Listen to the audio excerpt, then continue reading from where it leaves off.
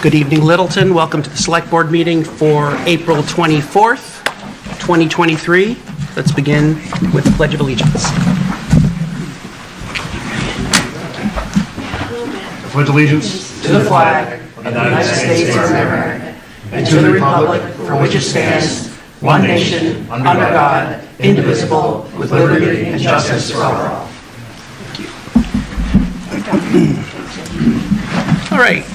Tonight's agenda, we're going to take the fire department update out of order, followed by building commissioner updates, and then the finance department.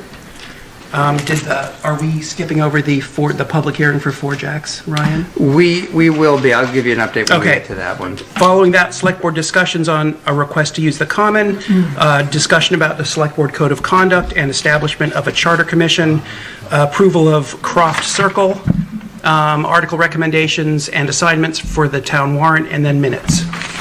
So let's begin with mail. Mr. Administrator. Thank you. Okay. So first few items are release notifications. Our office and DPW typically receive these notices when there are various releases. So this is just more for as an FYI. Typically these are handled per DP guidelines. So just to keep the board informed of what's going on out there. This other one is for 55 White Street. So just something to keep you informed of, let you know that when these come in, we want to pass these along and various tracking numbers and such. So A quick question on those. Are the butters also notified? that I can't speak to, Mark. That's not our responsibility.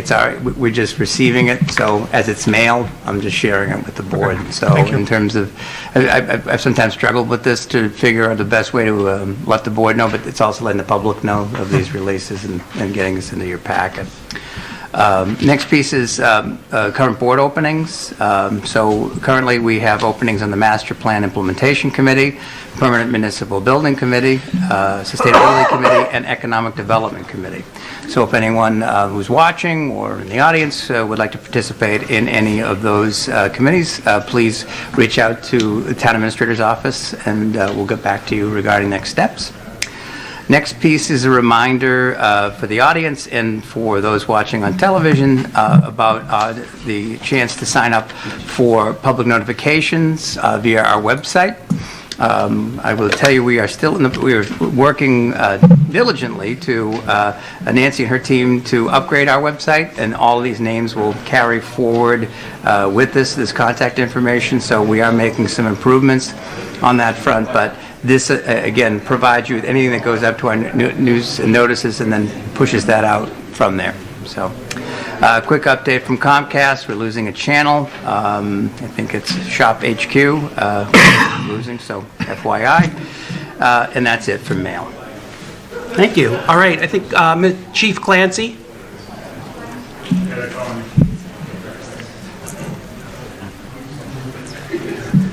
I know he's back there. He is here. It's time. Come on in.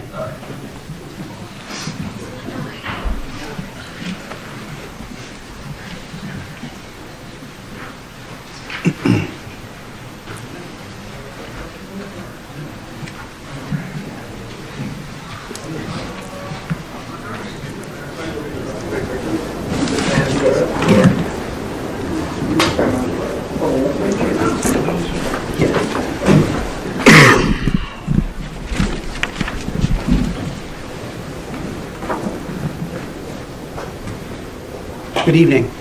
Good evening. Tonight, the Littleton Fire Department is proud to present to the Littleton Select Board and the residents of Littleton 4 firefighters that exemplified everything that the fire service endeavors to be. On the night of Monday, December 19th, 2022, at approximately 20:45 hours, the Littleton Engine 1, staffed by Lieutenant Sean Coffey, firefighter Michael de Blasio, firefighter Dan Root, and met on scene by Deputy Chief Tom Clancy, was dispatched to Washington Drive in the town of Acton to assist at their structure fire. Chief Robert Hart of Acton Fire describes in his letter of commendation that on arrival, Engine 1 was ordered to take a secondary attack line into the building and locate the seat of the fire. Engine 1 advanced the hose line to the front corner of the building and entered the master bedroom. There they were met with moderate heat conditions and heavy smoke that was banked down to the floor. While operating in this room, the crew encountered an unconscious victim along the front wall. Due to the deteriorating conditions in the room quickly assessed and began rapidly extricating the victim to the front stairwell.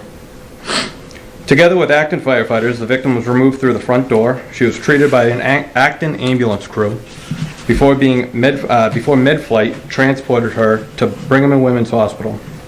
She's reportedly doing well now with no deficits from the incident.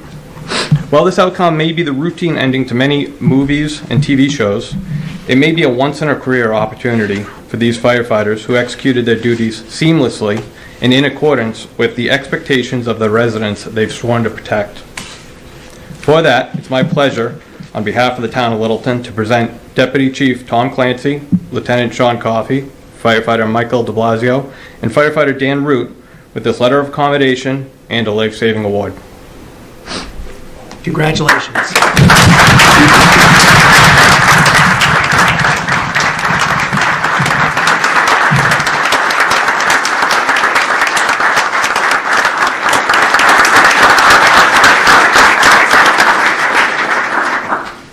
I think it's, given that this is such a rare occurrence, it's a testament not only to you, but to your whole department, that you're trained and ready to complete these acts without, even though you've probably never done it before in a live situation. So, thank you. I'm sure everyone in Littleton feels safer tonight. Additionally, on behalf of the Littleton Professional Firefighters Local 4599, we'd like to present this plaque over here that will hang on our headquarters bearing the name of the 4 firefighters.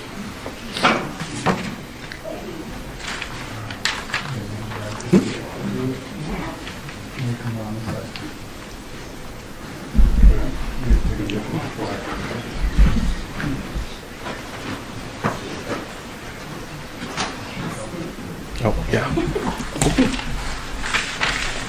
Wow. We get the select board as well with the... Gary's going to be so sad. Well, if I may, just while everybody's up, additionally, the select board has some certificates of recognition. The Littleton Select Board recognizes Thomas Clancy, Sean Coffey, Daniel Root, and Michael de Blasio on behalf of the people of Littleton for your heroic efforts on December 19th, 2022, signed Littleton Select Board.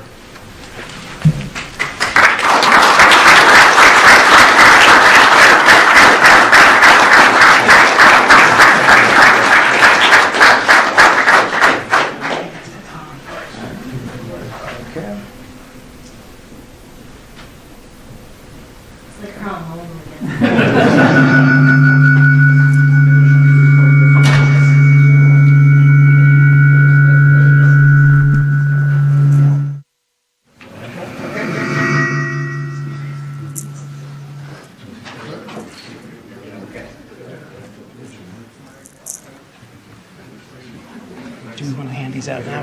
Because Gary hasn't signed them, obviously. Okay. Okay, here you go. Oh, nice. The only thing that's not there is Gary's signature. Chase him down.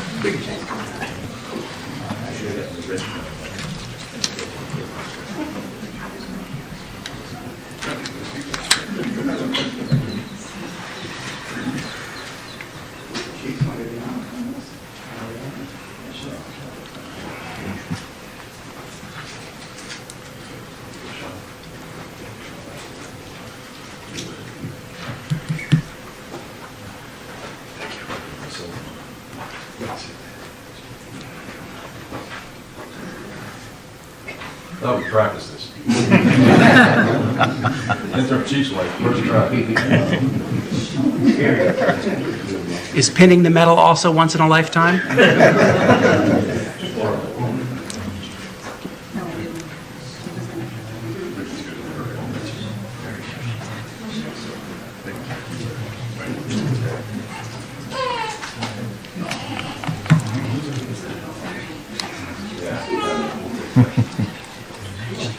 Thank you, all of you. Thank you once again. Way to go.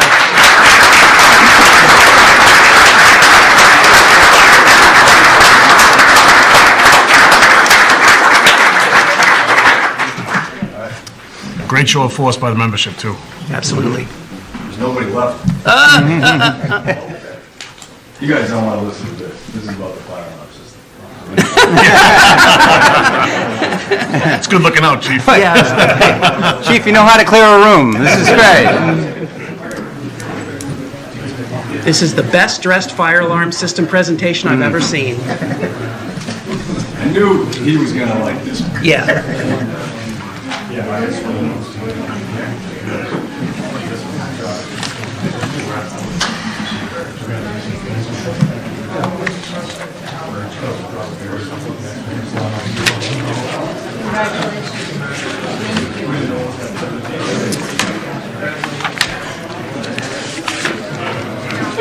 So, good evening again. Hello. So back in November, I came before the board. They're supposed to go upstairs. We just close the doors.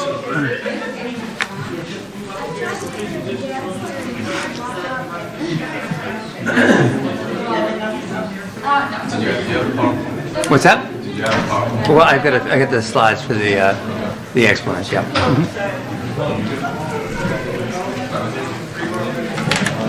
Great, okay. So, thank you.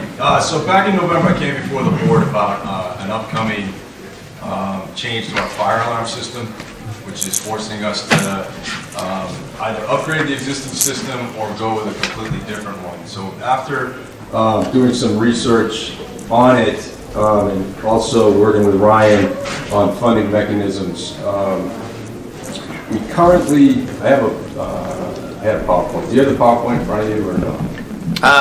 This is I had just basically Okay. this no part. problem. Was there? So is there a in problem? essence, just to make sure, currently we have a system called a radio box where it transmits, the signal is transmitted via radio antennas to the dispatch center at 500 Great Road, where they then dispatch us out to the call. Like with anything with technology, it's being upgraded to a cloud-based system where now instead of it going to the police station, it's going to go to the company that owns the software, Eastern Electronics. They will in fact become our monitoring company. So the idea is we can upgrade at no charge. It doesn't upset any of our existing commercial accounts. It's just now we collect $350 from approximately 40 businesses in town where we monitor their fire alarm system. That money's now going to go to, that will go to Easton. They will be the ones monitoring it. And also the 21 buildings that we have in town, or the 21 boxes we have, because we have some at the fields as well. So as I researched this, we've had a revolving account for fire alarm, and there's approximately $54,000 in that, $54,500 in that account that we can use to pay Easton to monitor our systems. It's going to cost us about $4,200 a year. So I would set it up with your permission. The bills would come to the fire department. I will pay those out of the revolving account. There'll also be no charge from them to maintain the system, where presently if a radio box fails, we pay Easton to come out and fix it. That won't be the cause anymore. So I think because of the amount I have in the revolving account, it makes sense to just do the software upgrade at no charge, have them monitor it, and we don't have to do RFPs and go and get a completely different system for all the town-owned buildings. So that's why I'm here before the board tonight, to see if you'll allow me to enter into that with them. I recall that presentation from last year, was it? Yeah, it was back in November. I didn't have all the budgetary numbers then, as far as the revolving account, how much was in it. Any comments or questions from the board? Tom, is there anything else that funds that revolving account, or is it just from the box No, space? it's just from, we send out, just those accounts we do once a year, we send them out. And same here, we'll get a bill from Easton once a year, approximately $200 per town building to monitor. So in 10 or 12 years or something, that revolving Yeah. fund will be depleted. and Right, but we also budget being, it. I think my new fire prevention officer, we can look at ways that are coming down the pipe that what do we want to move to from this system?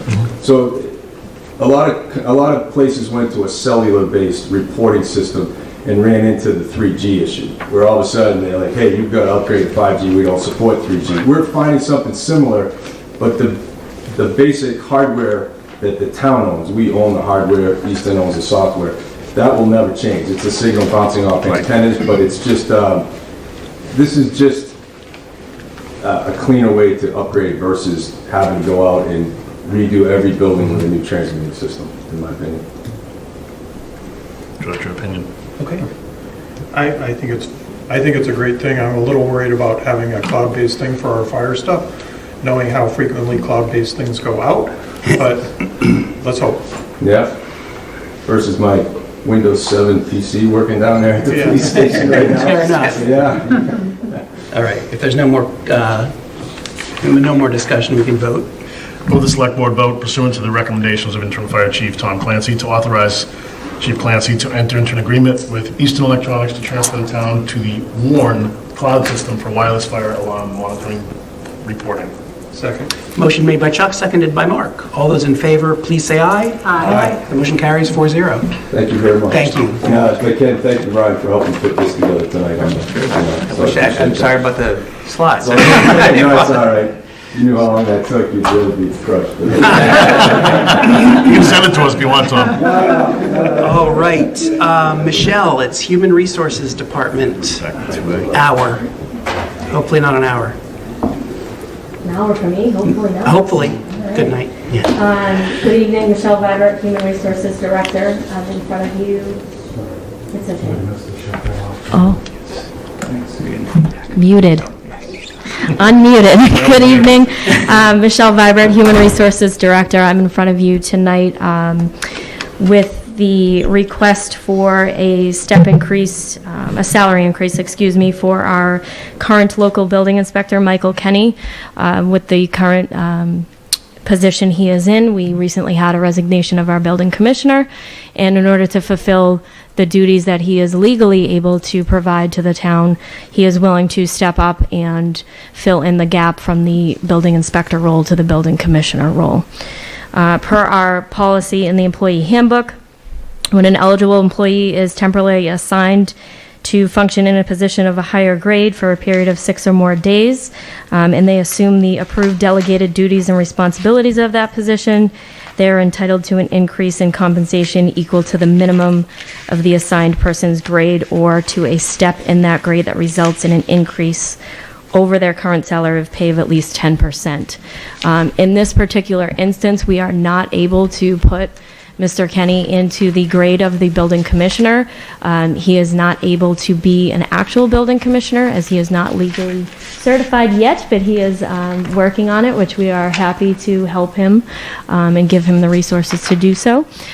We do want to see him go for that. So we are looking to move Mr. Kenny to, excuse me, I have the wrong memo in front of me, from a grade 12 step 4 to a grade 12 step 9, and this would be retroactive to April 15th as the resignation of the building commissioner was on April 14th. How did you make the determination to go to step 9? So we looked at his hourly rate, which is currently $35.12 per hour, and that would be an hourly rate increase of $39.74 per hour. We looked at the duties that he would be legally able to take on responsibility for, with the exception of signing certificates of occupancy, things like that. You do need to be a certified building inspector. The amount of duties that he was going to be taking, the percentage of the duties he is going to be taking on is relevant to the increase that we are presenting. And the Personnel Advisory Committee, did they discuss this change? No, they did not. Okay. No. Any comments or discussion from the board? So I talked to Michelle about this a few minutes ago. Personally, I would prefer that we write a different job description to move to a different grade, even if it's a temporary thing. We have, or I at least have resisted giving out-of-cycle step increases. I understand why we're doing it. I am supportive of giving the increase. I would prefer that we did it by changing the grade, because we generally don't give step increases out of cycle. It's just, it causes dissent, and it's a bad practice to do that for some employees versus others. I understand why we're doing it. I would prefer that we did it by writing a temporary job description and grading it at the appropriate level. And to Mark's point, if I could follow up, Mr. Chair. Of course. To Mark's point, we had discussed, I think the expectation going forward is, God forbid, we are in this position again in the future. Maybe the board could have an expectation of having a scope of work that tells you exactly what duties they're going to be doing. So that is backup paperwork to provide for your question of how did you arrive at that percentage increase. Just also to Mr. Rambuck's points, there is cause here. I feel as though this is within the realm of the intent of the handbook, and Michelle read it to us, and I appreciate Mike stepping up. And if I think it just shows the opposite of dissent, where it shows the employees that if something happens and somebody moves on, we're willing to invest in our employees to give them professional development in order to help them to move forward and get to the place that we would like them to get to. It's it's succession planning at its best, in my opinion. So I'm fully supportive. Ms. Napoli, do you have any comments? I do. Thank you, Mr. Chair. So just to echo Mr. DeCoe's comments, this is basically, in my view, promoting from within, which is something that the town is, in the select board, is always encouraged, and bettering our employees by providing them with an opportunity for career growth. So I fully support what's being presented to us tonight. Thank you. I just have one more question. So you said you weren't able to move him up a grade? Yeah, so legally, we could, for payroll purposes, where he's not taking on the full responsibilities of a building commissioner, because legally he is not certified. We decided to keep him at the level he is on, but just give him that increase within his current grade. All right. So to clarify my comments, I agree that we should be promoting from within, but moving from one step to another isn't a promotion. Moving from one grade to another is a promotion. That's what I was getting at, is that not that we shouldn't be paying and promoting from within, but step increases are annual things that you get based on performance. Grade changes are promotions.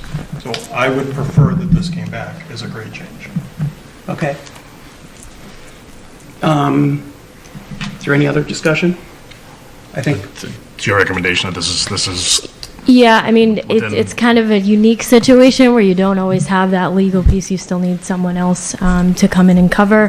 Where it's, I think from an HR standpoint, it's wording, right? We need to be specific about wording, and, I agree, have a scope of work, know what you're approving, know what you're doing, know how it relates to their current pay, but it's about wording and being specific for the entire organization and saying, is this a promotion? Is this a salary increase? Is this a step increase? Because those things do matter to an organization.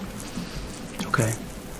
Mr. Chair, I just wanted to, Yes. if I could just add, I wanted to express my thanks to Mike and Ed for stepping up in this case. So, we can get into, with respect to Mark's point, we can get into different aspects about how we do this. But it's a matter that we stand behind our staff, because I think that's important that we do that on a regular and consistent basis. So my thanks to both of you gentlemen, and Ed's piece is going to be coming up now. Okay. And this is what we need to do. I think this is a smart thing for the board to do, Okay. and encourage you to support the vote as written. Thank you. I'll entertain a motion at this time. Move the select board vote to approve the request from the Human Resources Director, Michelle Vibert, to increase the salary of local inspector Michael Kenny from grade 12, step 4 at $35.12 per hour to grade 12, step 9 at $39.74 per hour, retroactive to April 15th, 2023. Is there more, Yeah, Chuck, there's there a- with an end date? Yeah, so I do want to point out, as it just got pointed out to me again, the difference in this situation is it is temporary. This is not a permanent salary increase for somebody. All right, as amended on the screen with an end date Yes. to occur once a certified building commissioner is hired. Second. And then in the packet, it says not to exceed 24 months. Is that also going to be part of the motion? That is a part of the other request, I'm sorry, my because bad. there is a certain time frame in order to be certified. So if we were to promote within, we don't want that person to rush through Okay. their educational requirements. So the motion is made by Chuck as amended and seconded by Cindy. All those in favor, please say aye. Aye. Aye. Any opposed? The motion carries 4-0. Thank you. Thank you. Thank you, Mike. Thanks, Mike. All right, on to the next one. All right, so the second request kind of overlaps with the one you just voted.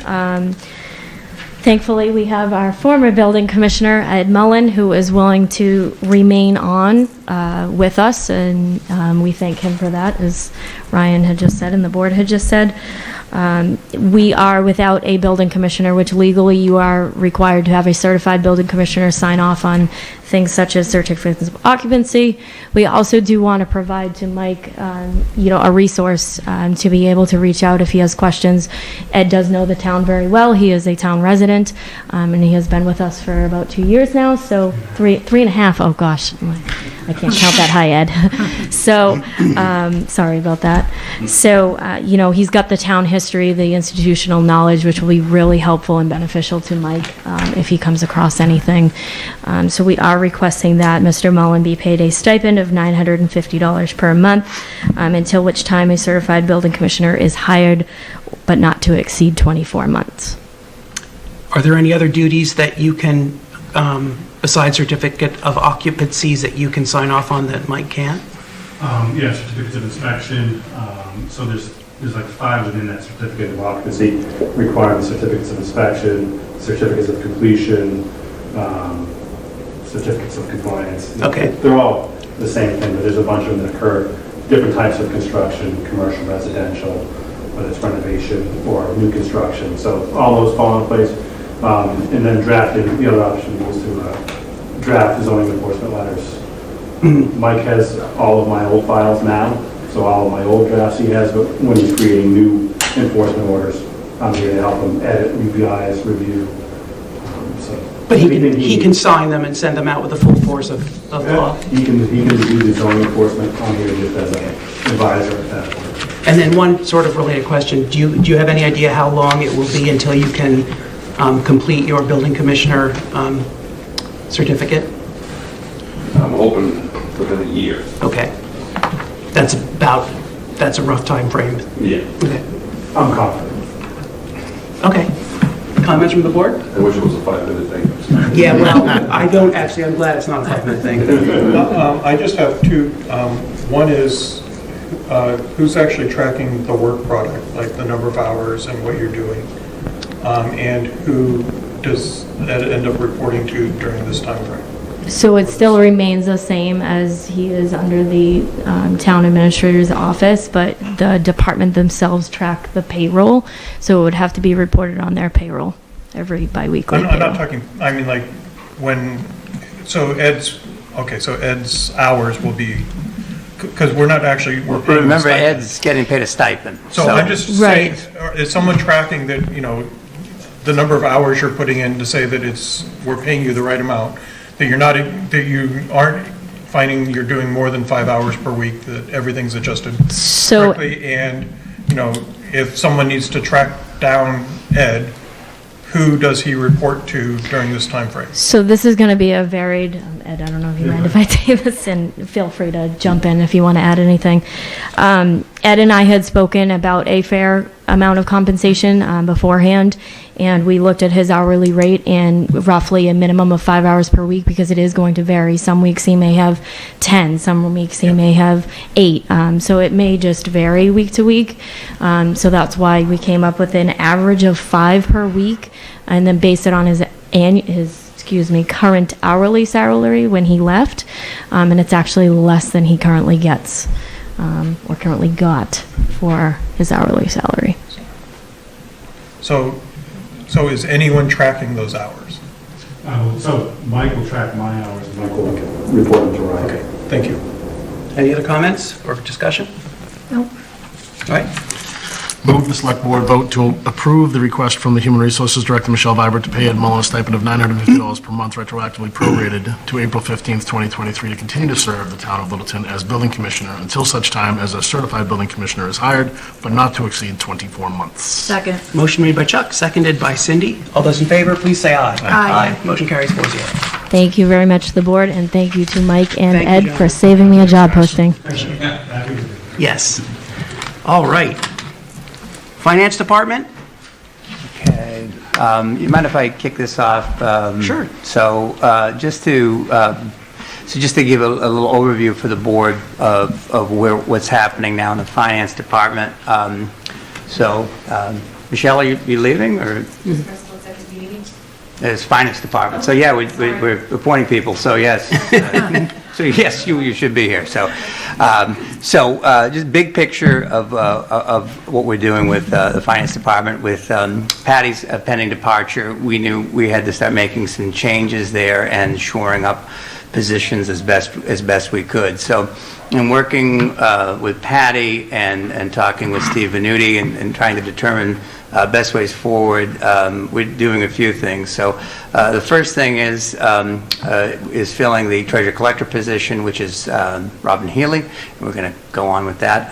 That's something we've had open. I think we've made 4 separate offers to people, and finally we've got Robin, who is currently a Town of Littleton school employee, coming over to us, and Steve and his team is really, and Kim are really excited about having Robin over. We're excited about that. That'll help solidify some of what we're doing. The next step that you're going to see is the promotion of Michelle Reynolds from assistant town accountant to town accountant. Our plan is to bring in CLA as our financial advisor to help kind of be able to train Michelle a little bit more as she takes on more responsibility. We're excited about being able to do that, and you're going to have that appointment coming up as well. The difference is that Michelle will be moving up and not having the title of finance director. That is currently a gap. One of the things we talked about, Patty and myself, was maybe looking for the assistant town administrator position, potentially adding that title in as a finance director's position as well. So that's a thought. But right now, currently, under the current circumstances, we don't believe it's prudent to go back out to the marketplace to see if we can get a town accountant finance director position. We're going to probably reassess within 5 to 6 months and determine what we're going to do from there. And finally, I would also add that Cade Noonan, who is our intern, over the past, I think, probably 6 months at least, the whole time I've been here. He's a senior at Stonehill, and we made an offer to him, and he's going to be serving the opening of financial analyst. That's not before you today, but that's another way we are looking to solidify that office. Cade's been working closely with Michelle, and this is, again, a way to really solidify things in the current state in the finance office. Great. So that's big picture of what we're looking at there on that front. Okay. So, all right. So, Michelle, do you want to go through, we'll go through this for the finance director? Or not for, I'm sorry, not finance, for the treasurer collector. Okay.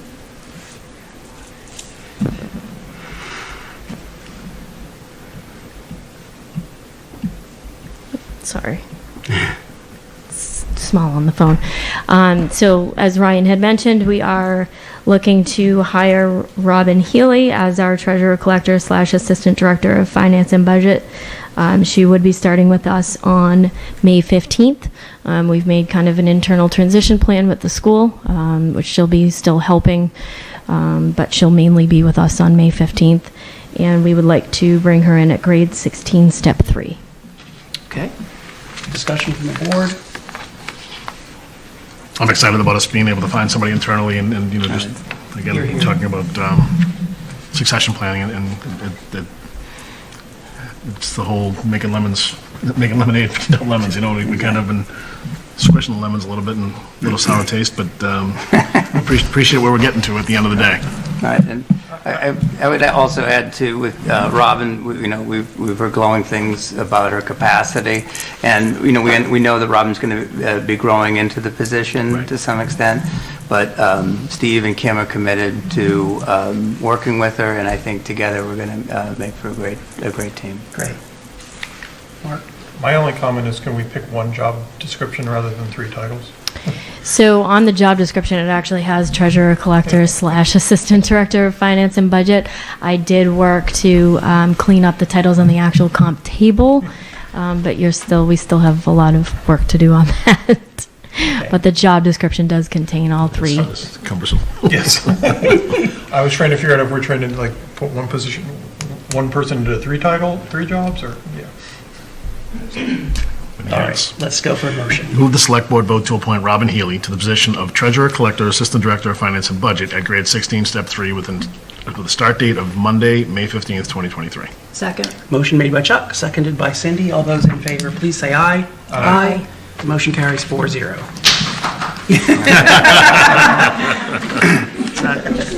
No comments. You still can't retire No yet. comments from the peanut gallery. All right. And I just see glitter. we're on to assistant town accountant. Town accountant.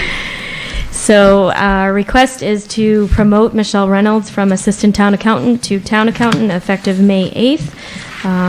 And she will begin her role at grade 15, step 5.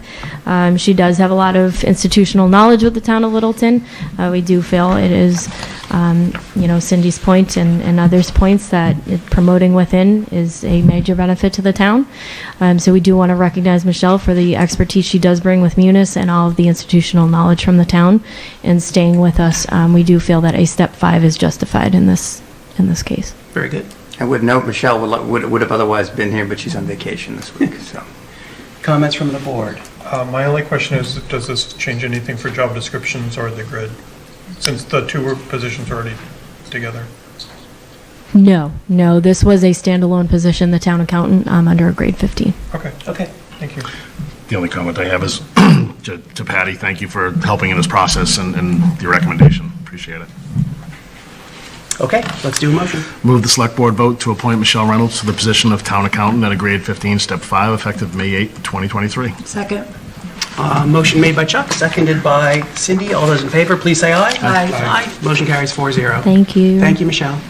Thank you all. All right, we're on to public input. Anyone who would like to be heard, please step up. Got 2 minutes. Please announce your name and address. Jenna Brownson, Harvard Road. I presume I can't be talking to you, Matthew, because you've kept completely separate from this. So I'm just going to read this then to the 3 of you. I was here 2 weeks ago to ask this board to find out when the Littleton Apothecary is planning to open. Have you done that?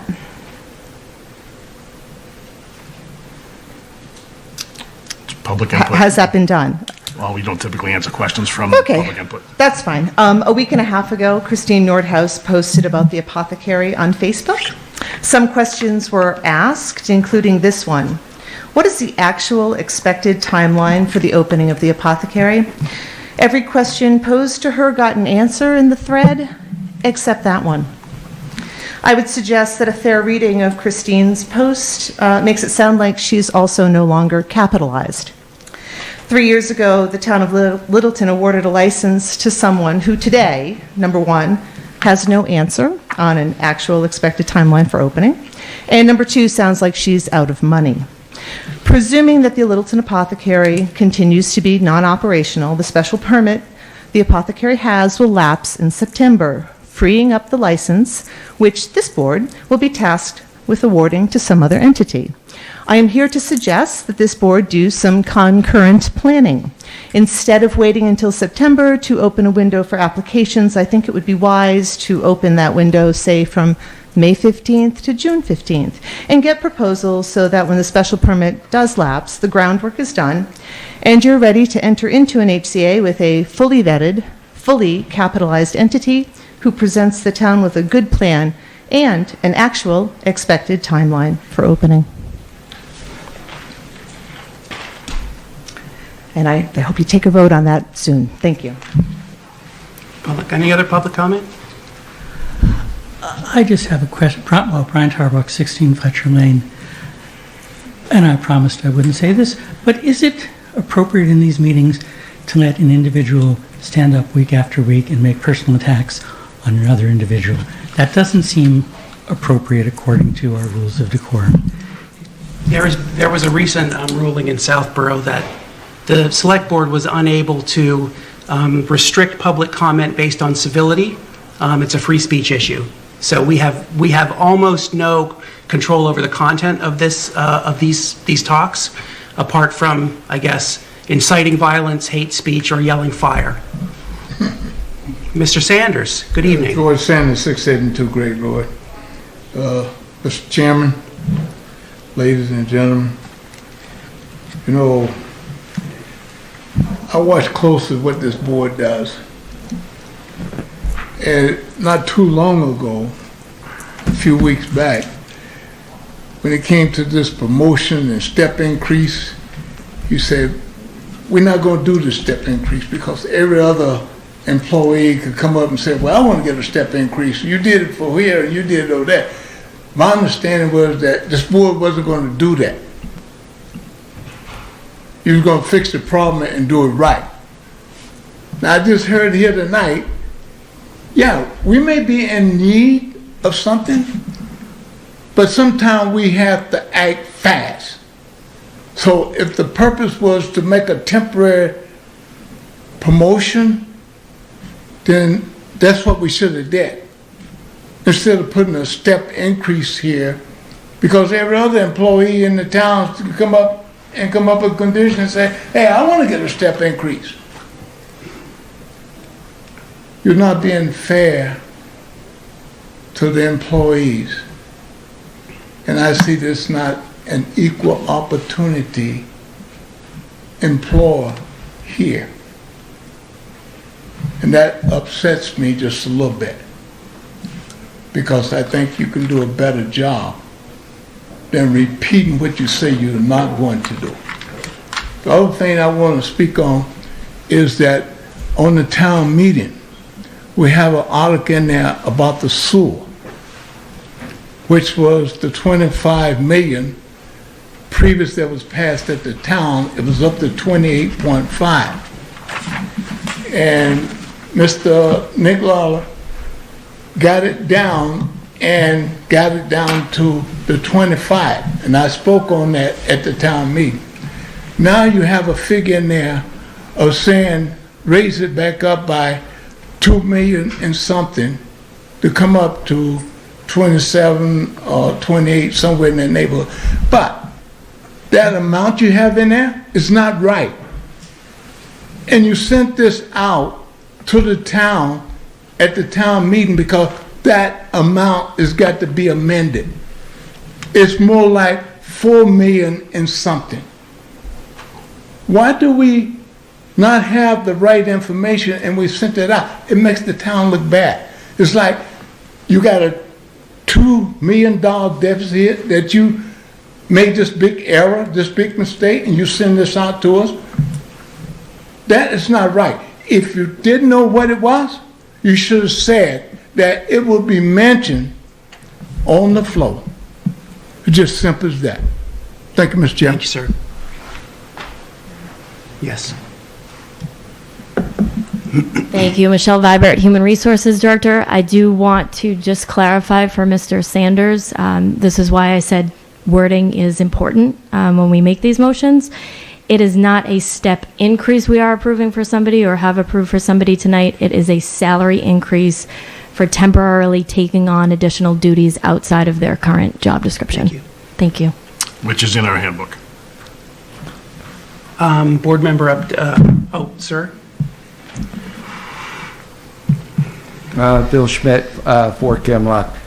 I'd like for the Select Board to consider increasing the Personnel Action Committee from 3 members to 5. As it stands now, no members can converse with each other, because they are 3, 2 people is a quorum.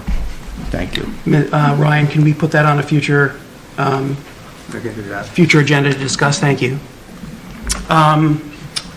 Personal board updates. Mr. Rombacher? Sure. So I wanted to thank everyone that showed up to Patriots Day. It was it was a little chilly, but it was a nice crowd.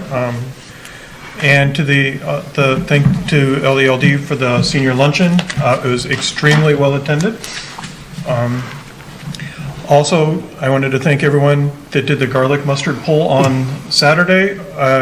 I unfortunately missed it this year, but I was told there were 28 people participated, and they collected over 528 pounds of garlic mustard. So, it's a lot of salad. Yes. And finally, we talked the orchard agreement with Stormalong. It doesn't look like they're going to sign a lease agreement this year, so it will be an issue for an upcoming meeting to figure out how we're going to address that. Okay, thank you. Mr. DeCoste? Nothing. Ms. Napoli?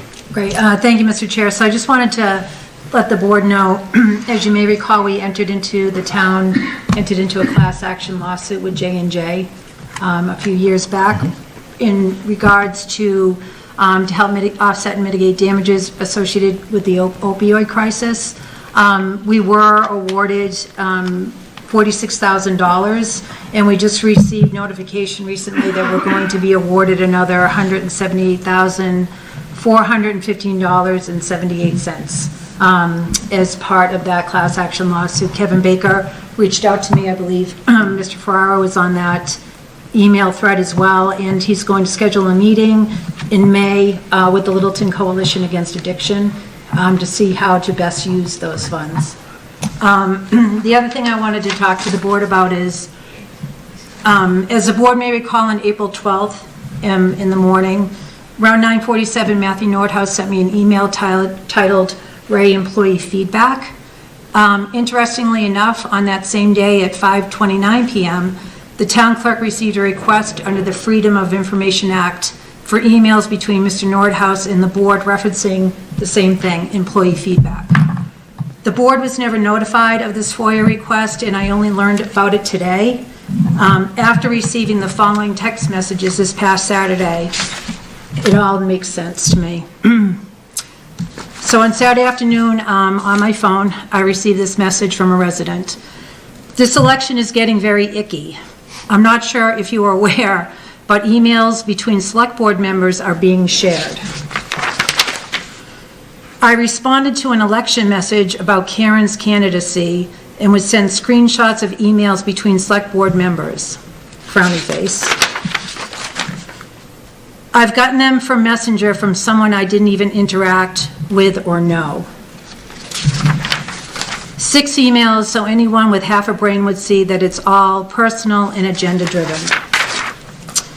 There's been a lot going around on social media recently with regard to this election, particularly about me. I just wanted to clear some things up for the residents. First of all, the town has in place proper procedures to handle employee complaints. Having unconfirmed closed-door conversations and then putting information about those conversations in the public record is, in my opinion, unprofessional and deceptive, to say the least. Planning to email a fellow board member with defamatory and untruthful statements so a FOIA request can be submitted for those emails is underhanded and egregious. What is just as concerning is that residents are now being used as pawns to help share those emails, which contain untruthful and harmful comments so someone can win an election. I forgot to mention my prior statement that with that message that came through, that person was encouraged to pass those emails along. Think about, yes, like I just said, what is concerning is that residents are being used as pawns to help share those emails. Think about that for a moment. For the record, I want to let you know that I am rarely in town hall. I only communicate with staff during a public meeting or through email communications along with the town administrator and other select board members. Any statements to the contrary are simply not true. Along with a lot of other residents, I am tired of the smear campaign and outright lies being said about me. Littleton has had its share of dirty elections, but honestly, this is one for the books. I believe a lot of people, I believe the people of Littleton deserve better, and I know many of you would agree with me. Thank you. Thank you. The opiate, I believe that opiate settlement, the funds are earmarked for opiate education and other uses similar to that? Mm-hmm. Okay. So I also attended the Patriots Day celebration. I was one of the speakers, which was cool. A couple other things I'm going to mention. One is that we are finally moving forward on the Habitat for Humanity House on Tehadawon. Our town council sent me an initial draft of an RFP today, and I'm still hoping that we can break ground this fall. And finally, I tried a new thing. There's been a lot of discussion about lack of communication from town government, and I actually advertised office hours, select board office hours on Facebook. I went into the library last Friday, and I expected nobody to show up, and it turns out I was actually busy the whole hour and a half. So I'm going to do it again this Friday, the 28th, from 1 to 3 in the Saga Room in the library. And Judy from LCTV told me she would be happy to publicize it if anyone else wants to do it on LCTV. It was actually it was a great experience, and I'm very happy I did it. I had a lot of great conversations.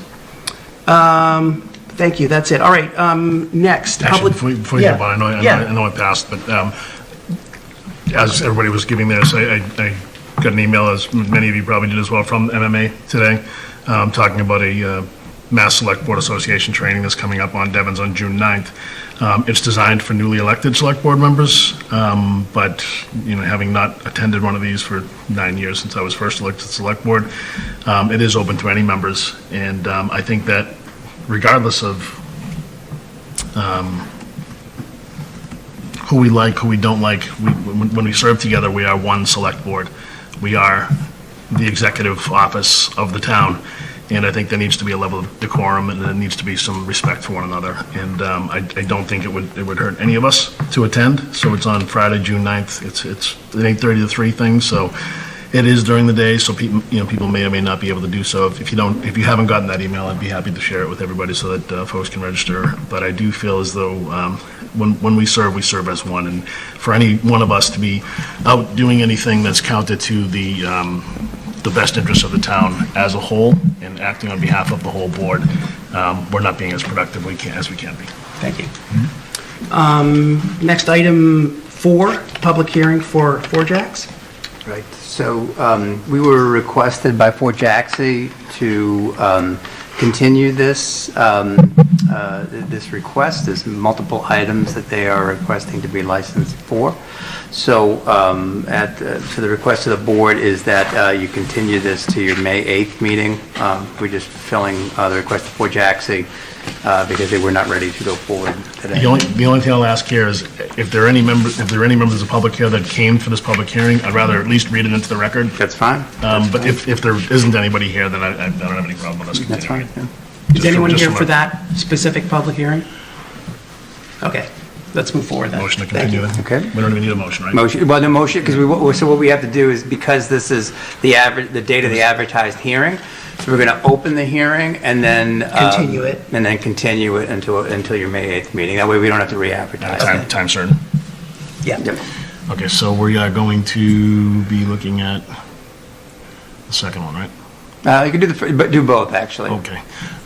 Move the select board vote to open the hearing for MGH-FEC LLC, doing business as 4 Jacks, 806 Constitution Ave, Littleton, Mass., and move the select board vote to continue the 4 Jacks hearing request to the May 8th, 2023 select board meeting at 7 p.m. at the request of 4 Jacks. Second. Motion made by Chuck, seconded by Cindy. All those in favor, please say aye. Aye. Roll call? Is that a roll call vote? I would do. Okay, roll call vote. Mr. Rombacher? Aye. Mr. DeCoste? Aye. Ms. Napoli? Aye. And the chair's in favor. Motion carries 4-0. Okay.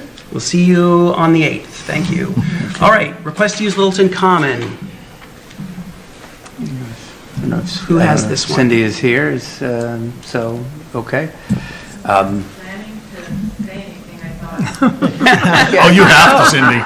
You have to. Don't lose this chance. Come on up. It's your moment of fame. Well, Well, this is something we've done every year. Yeah, it's something we've done It's every pretty year, right? straightforward. That's, I think so. So this is, You have mine, right? Okay. You do have mine, okay. okay. Today's the deadline, so. This is basically, Mr. Chair, a You still request to haven't display graduated? yard signs. Not yet. Okay.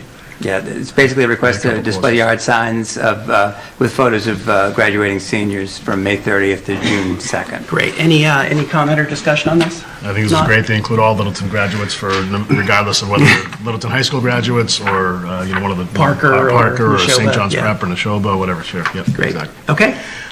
Move the select board vote to approve the use of the lower Littleton Common for the display of signs with photos of Littleton graduating seniors. Second. Motion made by Chuck, seconded by Cindy. All those in favor, please say aye. Aye. Motion carries 4-0. Thank you Thank you, very Cindy. much. All right, review and vote on Select Board Code of Conduct Policy. So this was something I brought up last meeting, and we did circulate a draft code, which I believe all of you have had 2 weeks to review. I have a couple of initial thoughts. One is the document that I sent around has two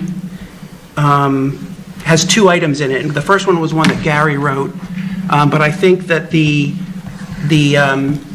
version that Mark linked us to last week, which was Stowe, is a more complete and better. So what I would propose is not even. I appreciate Gary's work, but let's not even debate that first one. And I don't know if it's even in the handout that we got today. It was the first one. Okay. But Gary, I think when he sent out the second one, concurred with that. as Yeah, well, okay. so. And then I have a couple of, I got some correction, I got some input from y'all, and it's all good. And then Cindy, you sent around this one, which is the existing one. Right, from 2008. Yeah, and so I went over what it includes the differences between these two. So, and there's several of them. I think that the Stowe one is mostly more complete and has several things that this one doesn't have. This one does a great job of covering the conflict of interest and ethics out of Mass General Law, but it does not address, well, first of all, it doesn't preclude us from adding things to it. It says it right in the second paragraph. Nothing in this section shall preclude any head of agency from establishing and enforcing additional standards. So it does do a good job of addressing conflict of interest and improper influence, but it doesn't address several of the sections in the Stowe one. So, for example, in Section 1, Community Responsibility, recognize that the Select Board is policymaking and not administrative. So it's B and C, remember they are one of a team. Anything in Section 2, which is the responsibility to the town administrator. And then in Section 3, most of Section 3 it also doesn't cover. And it doesn't have anything, and it has no enforcement, which is Section 4 in the Stowe Code of Conduct. So I would argue that we should, at a minimum, adopt this one that I circulated, the Stowe Code of Conduct that's as edited to the existing Code of Conduct and Ethics for the town of Littleton, Mass. And I will hear other comments. I think that without Mr. Wilson here, and I know he put a lot of time and effort into this, and the fact that we have, the MMA has best practices for the code of conduct, for the behavior and ethics of boards and committees, I don't think we should take any action this evening without Gary's input and without him being here. Okay. Mr. Rombacher? So I don't think we should vote it tonight, but I think we should follow our standard procedure, introduce it as a policy tonight and vote it at our next meeting. First reading type of thing? Yes, this should be like the first reading type of thing.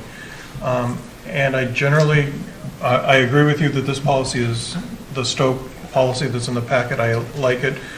There's a couple places I would replace town administrator. I would change all the references, or almost all the references to town administrator to say town administration. Yes. Because we really have multiple reports and we're not talking just the town administrator. So that would be the only change that I would make to this. And I would say that this replaces the code of conduct and that other, and the policy that Cindy sent around And the rest of the pieces around that should stay the same. Okay. The ethics and. So conflict of you're interest. saying this replaces section 4 in this one, yes. which is the code of conduct, In the except 2008. In the 2008 one, this replaces the code of conduct. that the last 3 bullets in this code of conduct are not covered by the Stowe policy. Okay. So those are conduct themselves to maintain public confidence in their local government, conduct official business in such a manner as to give the clear impression that they cannot be improperly influenced in the performance of their duties, and unless specifically exempted, conduct business of the public in a manner that promotes open and transparent government. Okay, I'm fine with adding those to the Stowe one if you want to. That would be fine with me as well. The only other change I would add is, I think someone changed 3G in the Stowe one from not withhold pertinent information to share pertinent information. And I would much prefer to say not withhold, because withholding, I think sharing isn't as affirmative as not withholding anything.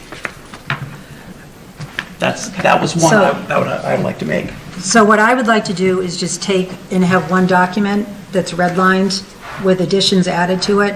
There's way too much back and forth for me personally. This is something that the select board could certainly discuss when we're supposed to discuss our select board policies annually every June after the town election. I just think there's too much going back and forth on this, especially since we already do have a policy where basically what we're doing is we're amending the policy from 2008. I would rather just see the 2008 policy redlined with all of the changes that have been going back and forth for a few days, have Mr. Wilson's input on this, and then get one cohesive document just so that we can be sure what we're even looking at and what we're proposing to adopt. I have no objection to how we include this in the document. I just want to make sure that we all agree on what will be included. And it sounds like, at least to this point, everything in the Stowe Code of Conduct will go in and replace the majority of the Code of Conduct in this document. Like, I have not heard any objection to any of the content of this new Code of Conduct, which you've had for 2 weeks. This one right here. Yeah, this one. Oh. Which I think that mirrors the MMA. Oh, here it is. Yeah, the second, yes, yeah. Ironically, the MMA gives 3 examples. One's Littleton's from 2008, one's the town of Carver, and one's the town of Holden.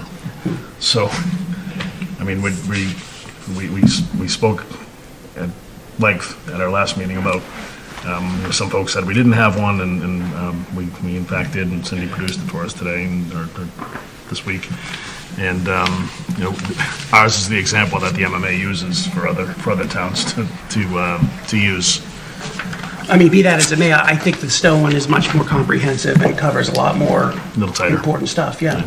It's also more readable, and it doesn't really, the one that we have is essentially largely a copy of the Mass General Law Code of Conflict of Interest.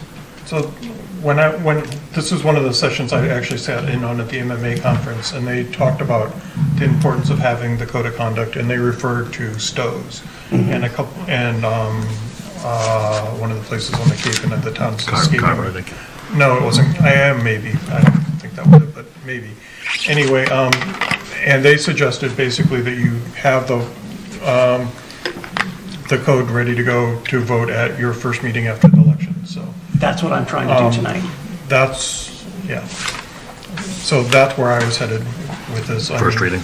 Yeah. So I wanted to have the first reading basically tonight so that we can vote it whenever. What is it, May 8th or whatever? Yeah. I can't keep dates straight anymore. Yeah, May 8th. But we don't know if Gary has any additional comments. He sent this around to you, so he has seen this. No, I understand that. I'm just talking with regard to the 2008 version that I circulated last night. So if we read it in as the policy, and Gary had any comments on it, then we would just amend it for the second. Amend it next time, right? I agree, and I think that's what we should do tonight. And I agree that incorporating those extra bullets from our existing one that aren't covered would be okay. I don't know what section they're under. Probably section 1. but- Yeah.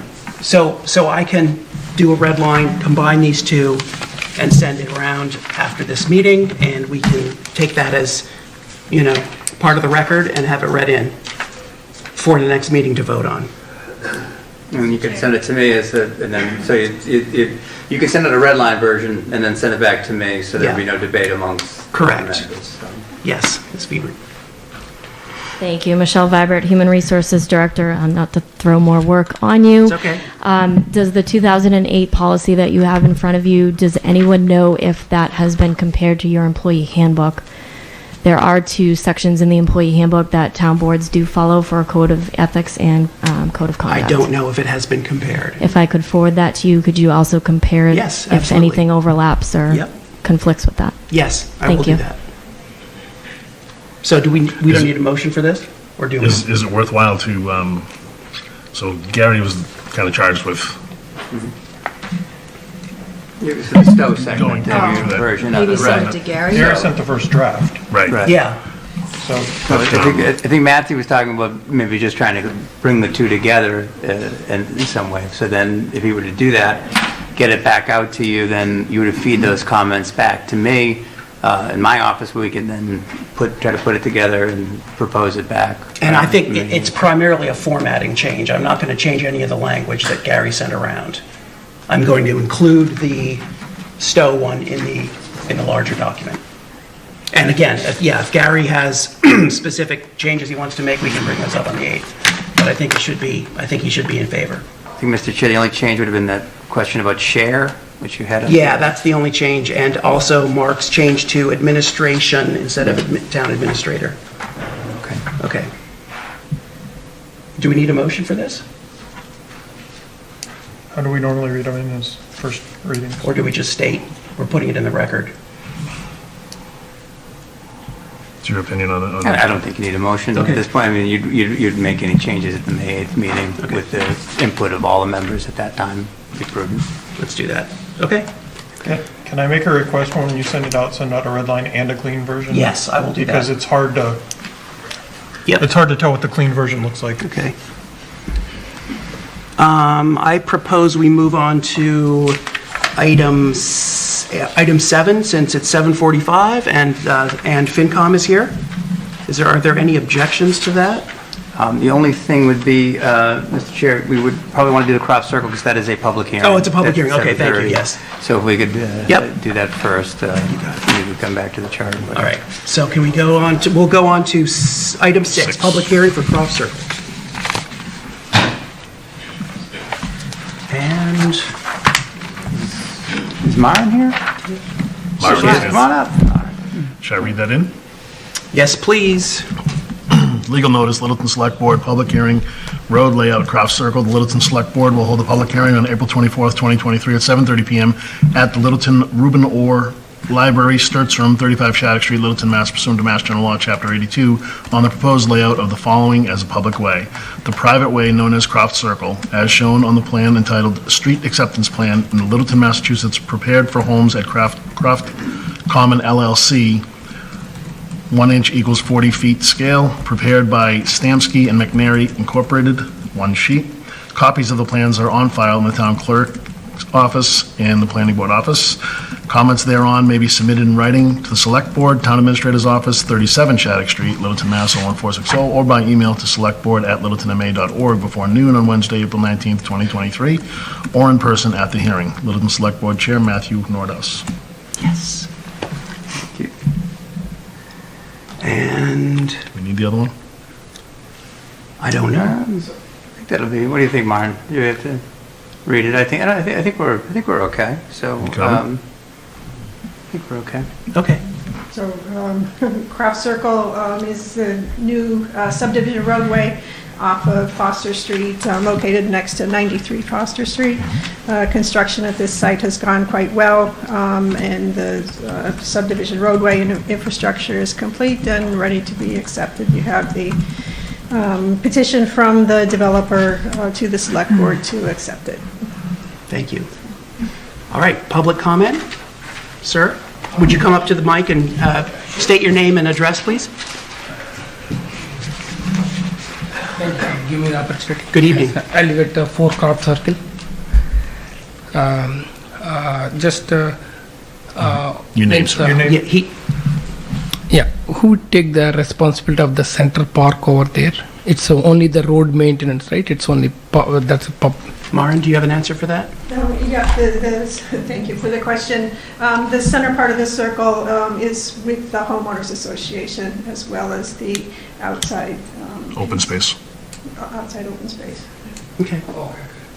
Yeah, usually with the current setup, the other outside people are coming in that area. How can we prevent not to use the center park, since it's made as a public? Is it public property? It is public open space. The subdivision approval was designed so that it's a public open space in the center. So in the center, it's a public open space? Correct. So, but HOA is, so is it maintained by town? Okay, so even though any public can use it and, but it is maintained, it is, expenses are maintained by that, community? That's correct, yeah. Okay. So is this a common across all the other similar thing properties in the Littleton? This one was a little different because it's designed as an open space subdivision, but at the time of the planning board approvals, that's what the planning board asked for.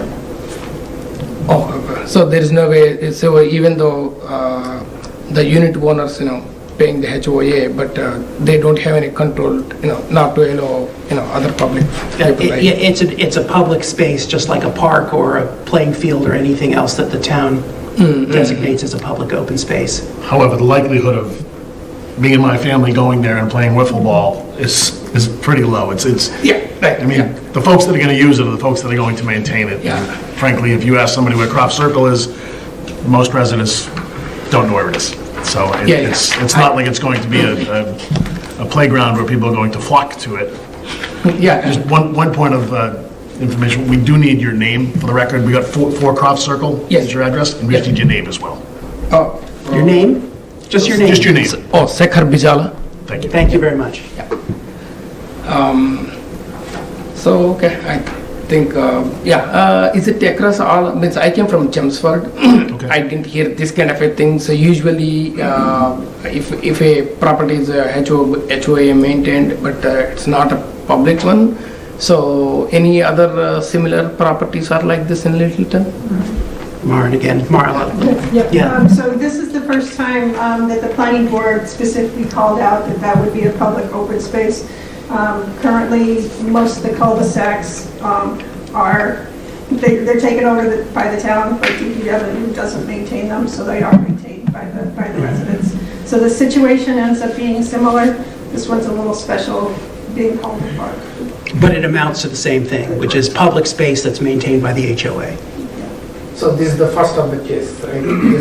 It's very, very similar to all of the other cul-de-sacs. Oh, yeah. In practicality. So Matthew Drive, Pine Brook, there are other streets that have a green space in the middle of the circle of the cul-de-sac that the town accepted the road, and when they accepted the road, they accepted that land. The land is maintained by the residents without the formality of a vote from the planning board. In this case, that vote allowed the developer, frankly, to use that space in the middle towards the open space, if I'm wrong, correct me, to use that open space in order to meet the demands of the planning board as open space for that development. Oh, okay. So sorry. No, that's okay. We were not in that impression that, just I want to get some more clarification. Absolutely. Appreciate you telling me that. Good question. Makes a lot of sense because a new homeowner would not have necessarily read back to the planning board's decisions on a particular subdivision. Yeah. Okay. But still, if it is all the snow plowing, everything is cleared by the town on the roadside. Correct. Okay. Once we accept it. Oh, okay. So do you know when is the effective date? The town meeting is Monday, May 1st. It will go to a vote at town meeting. Oh, it is one. That is, the town has to vote to accept it. Okay. Okay. Thank you very much. Thank you. Is there any other public comment on this? If not, I guess we can close the public hearing. Motion to close. So moved. Motion made by Chuck, seconded by Cindy. All those in favor, please say aye. Aye. Public hearing, so. Oh, yeah, we're probably going to do a roll call. Mr. Rombacher? Aye. Mr. DeCoste? Aye. Ms. Napoli? Aye. Chair's in favor. Motion carries 4-0. Any deliberation? I guess we're accepting it now. Right, Well- with an affirmation from town meeting. Yes. Yes. So go ahead. No deliberation. No deliberation. Move that the Select Board vote pursuant to Mass General Law, Chapter 82, to approve the layout of the private way known as Croft Circle, as shown on the plan entitled Street Acceptance Plan in Littleton, Massachusetts, prepared for Homes at Croft Common LLC, 1 inch equals 40 feet, prepared by Stamsky and McNary Incorporated, 1 sheet, and to acquire by gift, purchase, or eminent domain the land, rights, and easements for drainage, utility, or other purposes in said private way. Second. Motion made by Chuck, seconded by Cindy. Let's do a roll call vote. Mr. Rombacher? Aye. Mr. DeCoste? Aye. Ms. Napoli? Aye. Chair's in favor. Motion carries 4-0. Thank you very much. All right, Mr. Chair, do you want to call your meeting to order? We'll move on to item 7, Annual Town Meeting, Joint Meeting with Finance Committee. We made seats for everybody, so Come on up. I didn't make popcorn, but we can. You can sit next to me, Tyler, because Gary's not here tonight.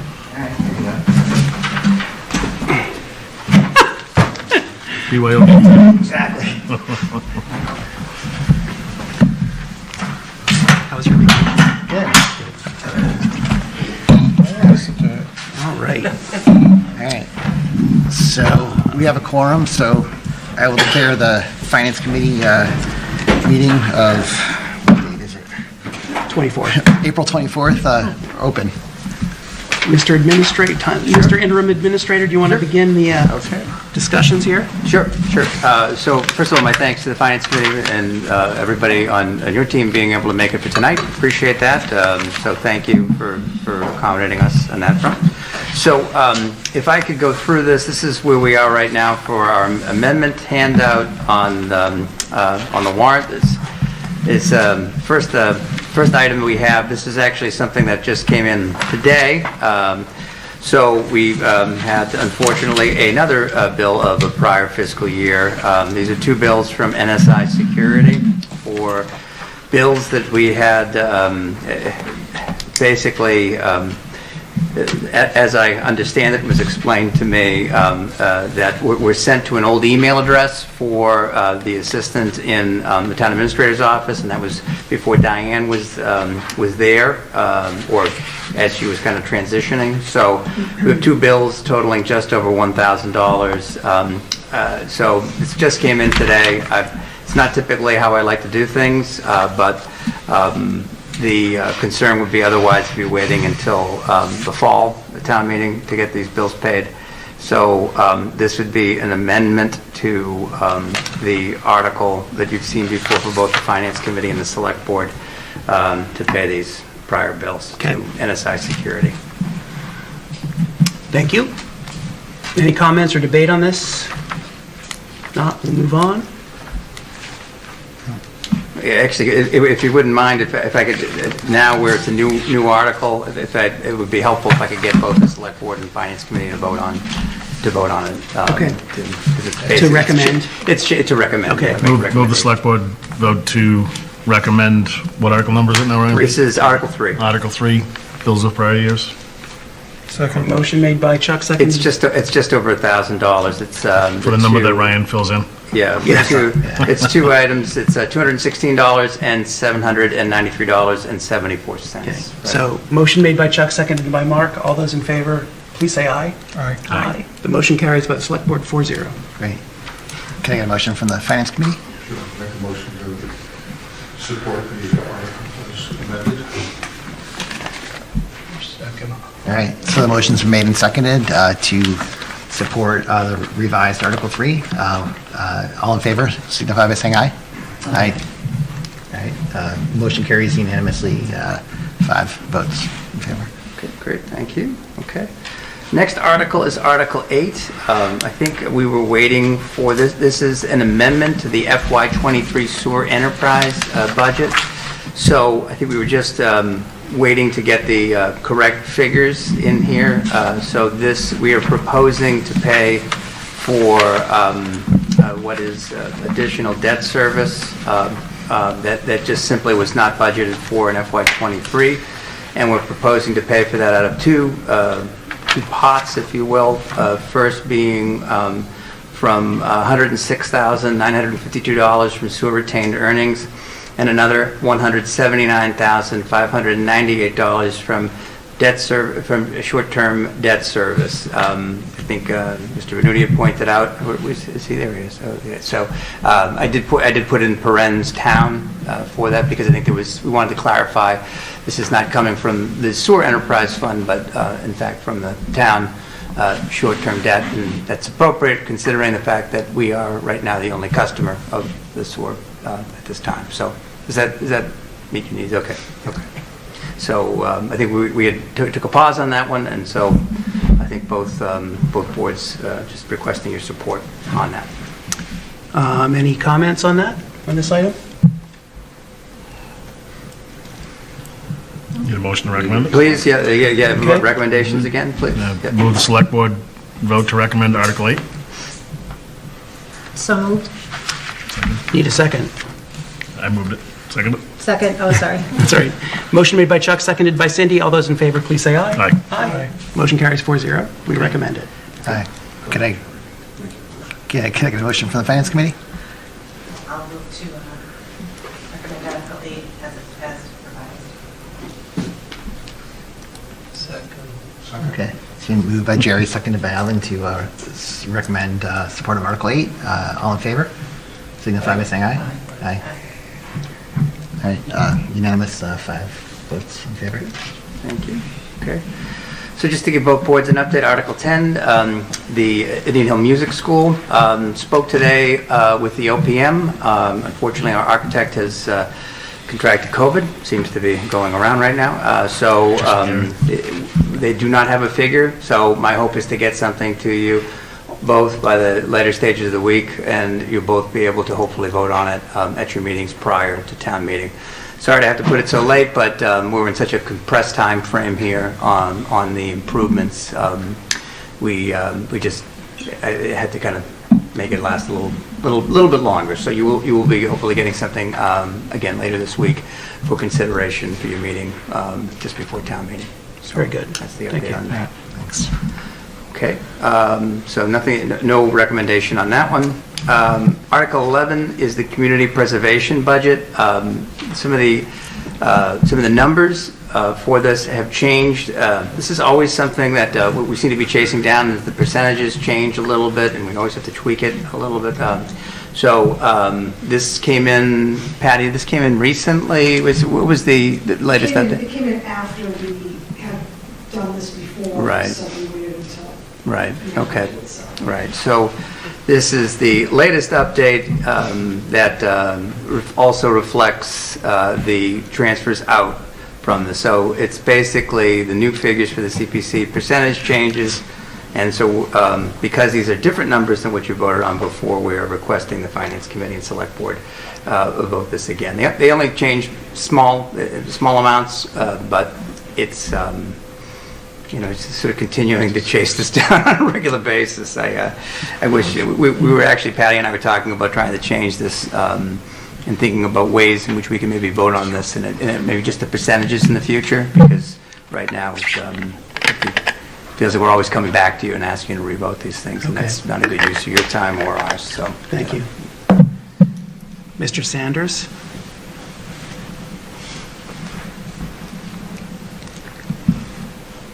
George Sanders, 672 Great Road. Going back to Article 10, is the money going to be in 23 budget, or is it going to be in 24 for the renovation? We're in the 23 budget right now. It's going to be in 23 So 24 budget. budget starts on July 1st. Yeah, I know that, but I'm asking because when we put that through, we said that it was going to be within the levy. So I'm just asking, whatever comes through on the renovation, is it going to be within the 23 budget? So George, it would probably be the 24 budget. So That's we what still we're have on. design work to do and finish up. So it would be in the 24 budget. But it's going to be in levy. inside the Yes, lobby. yes, right. Thank you. On the CPC, Yeah. we're not, there's no money allocated to do the tennis courts at this Right. point? Is that true, or? Yeah, so I talked to town council about the way in which Article 10 was written and whether or not we had any flexibility for that. What it does is it goes outside the four corners. So, so I've talked to Parks and Recreation about this, and they're going to be making some alternative plans for them, but I think our intent would be to come back to town meeting with a sense in the fall with what we would be requesting at that time. So From CPC? Probably from the CPC. We may need some additional funding as well. Because we also talked about some of the preliminary designs looking at pickleball courts also on that as well. So remember, when we come forward for Indian Hill, the request that'll be made is for the interior and exterior renovations to the building. We still also have the outside, there's going to be some landscaping and other updates that we're going to be making. But our intention here is to get the building usable for Parks and Rec and school administration at this time. So, Okay, thank you. If you wouldn't mind, the respective chairs, if we could vote on the update to the CPC. Any other discussion? All right. Patty, anything to add? It's all there. Trust, but Yeah, that was my verification. That's good. That was mine too. I was doing the same thing earlier today. Move the select board vote to support Article 11. Second. Motion made by Chuck, seconded by Mark. All those in favor, please say aye. Aye. Aye. Motion carries 4-0. Great. Sorry, I fell asleep. Can I get a motion from FinCom?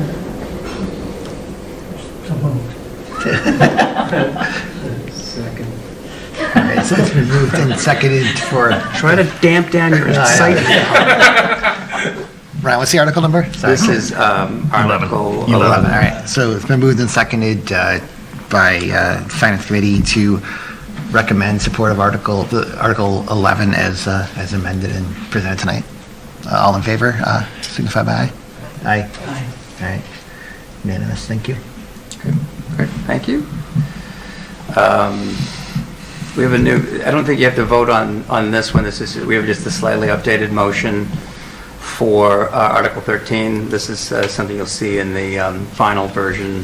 This was recommended by town council, so no other changes to the table for the personnel or the compensation grid for FY24, just how that motion goes forward. So I just wanted to flag that for you. Article 17, this is the article that was published in the warrant. I think there was a timing question about how much money we actually had in this account. So the figure that actually made it to the warrant, that made it to people's houses, is actually the correct figure, which is $1,392.17. This is monies the town receives as a portion of Uber and Lyft rides that we received, and then have that as a funding source for other things. So again, the figure's correct, and because I think when the Finance Committee and Select Board talked about it last time, we didn't have that figure, but we did have enough time for the actual physical warrant. So again, this is something we vote on, and we voted on the last few years at least.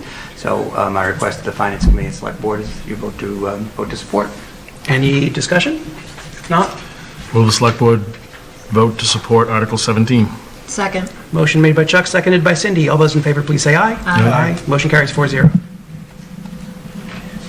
Move that FinCom support Article 17. Thank you, Alvin. Second. All right, so Angel moved by Games Alvin. wins. Better. Moved by Alvin, seconded by Brian, that the Finance Committee supports Article 17.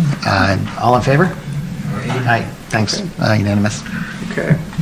So now we start getting into our LELWD articles. I see Nick and some of the other members of the team are here, so we'll bring that up. But just one quick thing, if I could, just want to flag for everybody, Article 24, which is our last article, is the line item transfers for FY23.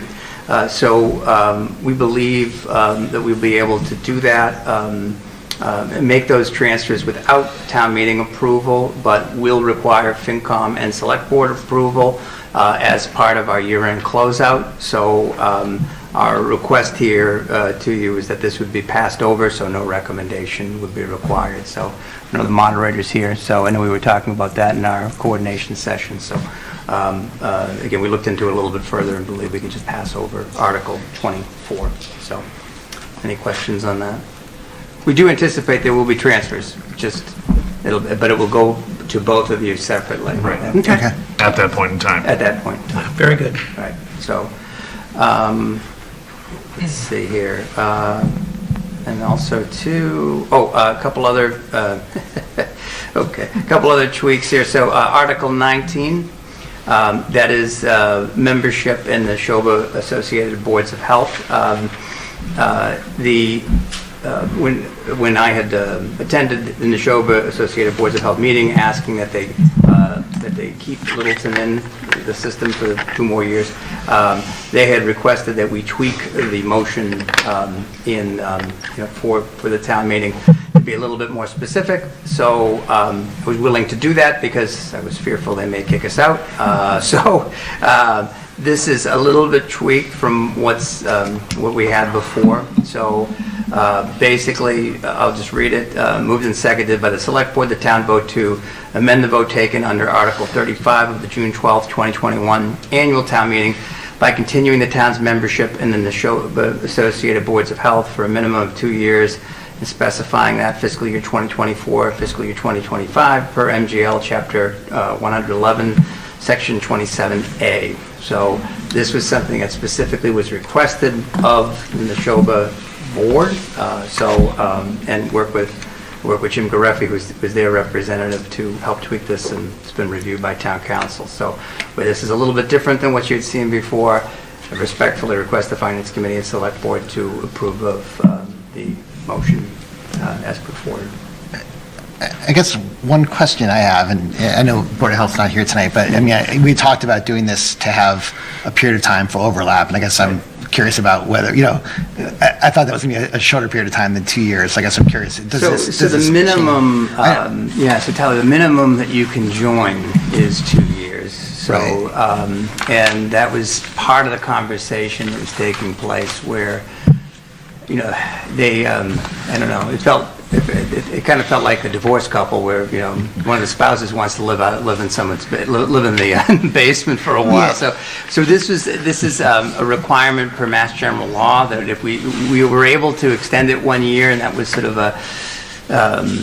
an exception that they made knowing we were transitioning. So the thought here is with the 2 years staying in and also working on the transition at that point to basically create a department from scratch will give us the best chance of success. Okay. So nothing's changed on that front. Okay. It's just a matter of Well, except didn't they say that during that 2 years, things could be transitioning over, so it wasn't that they were going to be collecting all the money during that time? Mm-hmm. I think do we have an agreement in writing to that effect, or?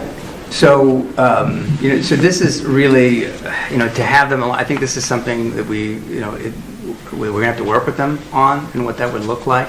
Clearly from the beginning, we're not going to have someone necessarily in place. We know that we're going to be working with the director, presuming we can hire one. This isn't going to lock us out of that for 2 years?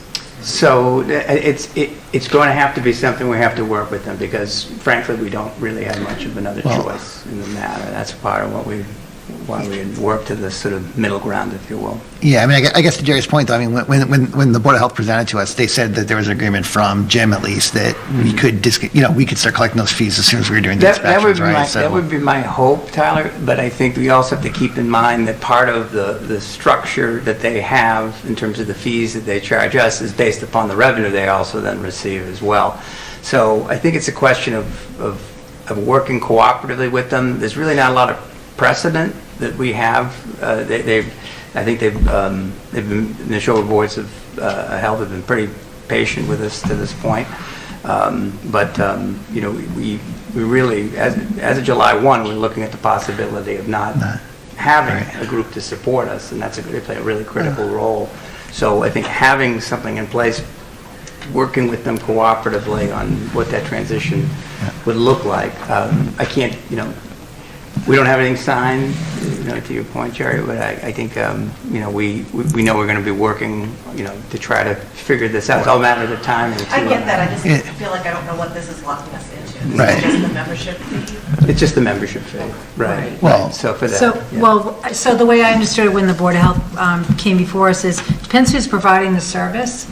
So if we bring somebody on board for the town of Littleton and they end up providing the service, we would collect those fees.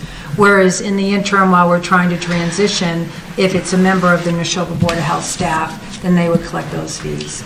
But to your point, Jerry, we got to get that in writing. But it's just until we get the position in place for the town of Littleton, we really can't have that constructive conversation about that. The difficulty we have is that we're not in, it's not as if we're in a position of strength to negotiate much. But this is just locking us into the membership.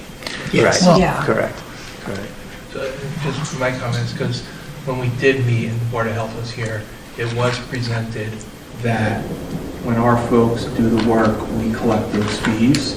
When Neshoba does the work, we collect those fees.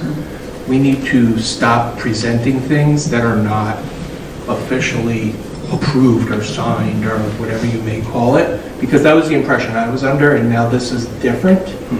And it's just different. So we need to just stop presenting things, the boards need to stop presenting things that are not signed off on and approved. Right. And I'll say that, and correct me if I'm wrong, I believe I've heard that we also don't have anything in writing covering this past year. We have never had a contract. Yeah, Brian, that's right. It was essentially sort of an informal agreement based upon the circumstances at the time. Right, so while I wholeheartedly agree with my two fellow board members that handshake is kind of cool, except not, that's where we've been the last year. So it's not many years, actually. Yeah. Well, for the last, to clarify, it's been just the last year. Oh, Just okay, the last sorry. year. Not many years, just the last year. My bad. So it's not worse, but absolutely, contract should be in writing. Go figure. So if I may, Mr. Chair, so the way it works, Brian, the way I understand it is it's the town meeting vote to accept Neshoba Board of Health that creates the contract. If that makes sense, there is like no written separate contract on top of the town meeting vote. I think what the exception is with what's going on here now is that we're creating an independent position with the plan of succeeding from Neshoba Board of Health. But up to this point, we've just always been under their umbrella. And so it's the town meeting vote that creates that binding contract with them, if that makes sense. That's correct. Yeah, it does. That's what they're requesting in this case, and that's a little bit why they want it to be a bit more specific. Absolutely. And I'll just say, and then I'll shut up, that it's, what town meeting agrees to is what I would think of as a 30,000-foot view of what an actual contract would look like. And so just Very little detail. To your And I'm point, done. Cindy, but that's kind of why I feel like this is obligating us more, or it's not allowing us to pass that transition that we can talk Right. about by doing this. Right. But, And I wasn't at the meeting, Jerry, when Yeah. this was discussed, so I understand what you're saying. And I think all I'm saying, I think my point is to say that it is going to be a transition. The form that it takes is to be determined. But I think the clear message that I've heard from the Finance Committee and the Select Board is to seek to hire a director of public health and work with that individual to establish the department, and then figure out what that right relationship is about introducing them to the town, and how we frankly can start a department from scratch. It's not a small ask, and it's going to take a lot of work. And I think that by having Neshoba there to support us is going to at least give us a good chance to be successful to that end. Just one last thing, because I think we need this, because we're not going to have a Board of Health. We do need this, but I think, just on some of the comments, I think there is something in writing, because we are going to be paying them fees. Correct. So there has to be some type of documentation somewhere, not just this vote here. So if there's not documentation showing who's doing what and what the fees are and all that, then I'm concerned. But if this is just a vote to move forward and then there will be documentation, that's a different way to say it. Sure, yeah, what they requested, Alvin, was the request was to put it, that this is a legally binding piece of town meeting says this is what you want to do, just as it was legally binding when we said we wanted to get out. So that's, and then in terms of the fees and everything else, that's part of the operational structure and the rules that we, that we have, that we can share teams. Yeah, and I totally agree. We need this to cover our risk and cover the gap, right? I mean, I think the only time in changing and the two overlapping, it probably warrants a conversation post town meeting with the Board of Health on how much transition time is really needed, right? Because we talked about a year in the past. We really need 2 years. Do we delay the hire, et cetera? And a lot depends on that too, Tyler. How quickly we can hire someone. If they're, if we find the right person. There are a lot of variables, and as such, to your point, is addressing the risk, which is the other side of it, which is if we don't have this department, then, or if we don't have people doing these services, the citizens are at risk. So it's a good point. Okay, thanks. Any more discussion from the select board? If not, we'll take a motion to recommend this article. Will the select board vote to recommend Article 19? Second. Motion made by Chuck, seconded by Mark. All those in favor, please say aye. Aye. Motion carries 4-0. Any further questions or conversation from the Finance Committee? Recommends FinCom approve Article 19. Yeah, he said. Seconded. Okay, so moved by Brian, seconded by Alvin that the Finance Committee supports Article 19 of the town meeting, annual town meeting. All in favor, signify by saying aye. Aye. Okay. Thank you. Article 20, sorry, I thought I was passing on the LWD. Sorry, everybody.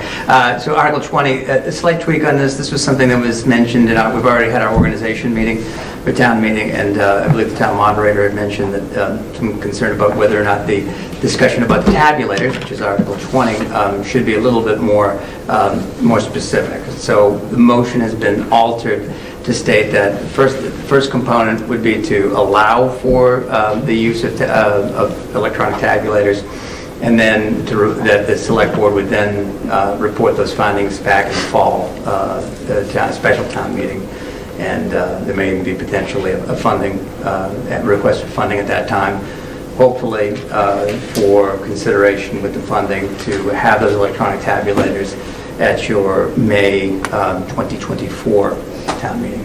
So just a slight tweak on that one too. So I could request the Finance Committee and Select Board's approval of that. Any discussion? Any discussion? Oh, go ahead. Can I just ask, is there kind of, who's doing the research? Yeah, it's probably going to be the town administrator's office. Okay. So we'll be discussing it with the Select Board, and probably, what we'd probably be doing is recommending a vendor, and just giving a ballpark sense. Well, not recommending, we'd probably be getting a sense of what the cost would be, and then requesting those funds at the fall town meeting to move forward.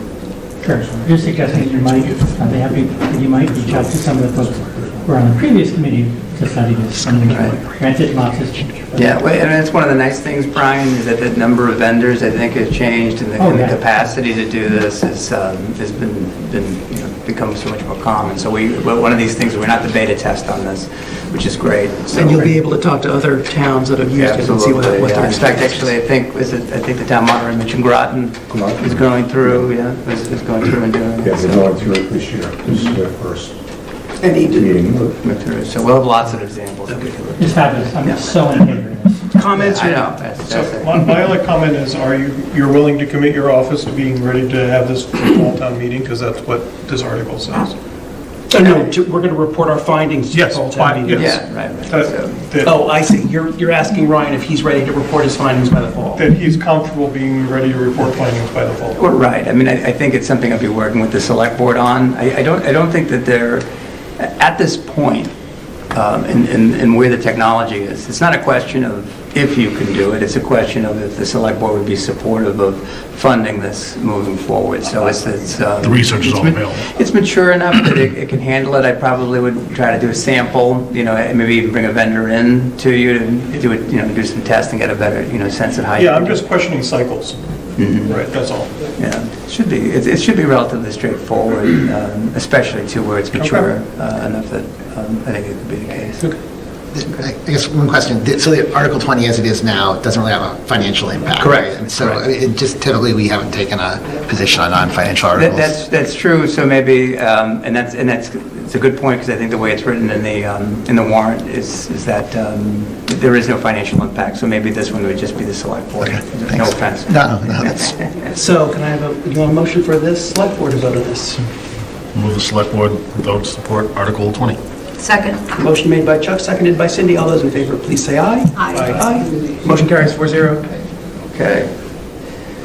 All right, so you already recommended Cross Circle, and now finally, LWD, we get back out to you. My apologies. Thanks, Nick, for your patience. Bring that up. So LLWD has provided a presentation here. So Nick, if that's okay, I'll bring that up. Yeah, great. Okay. Nick Lawler, General Manager, Willis Electric Plant and Water Departments.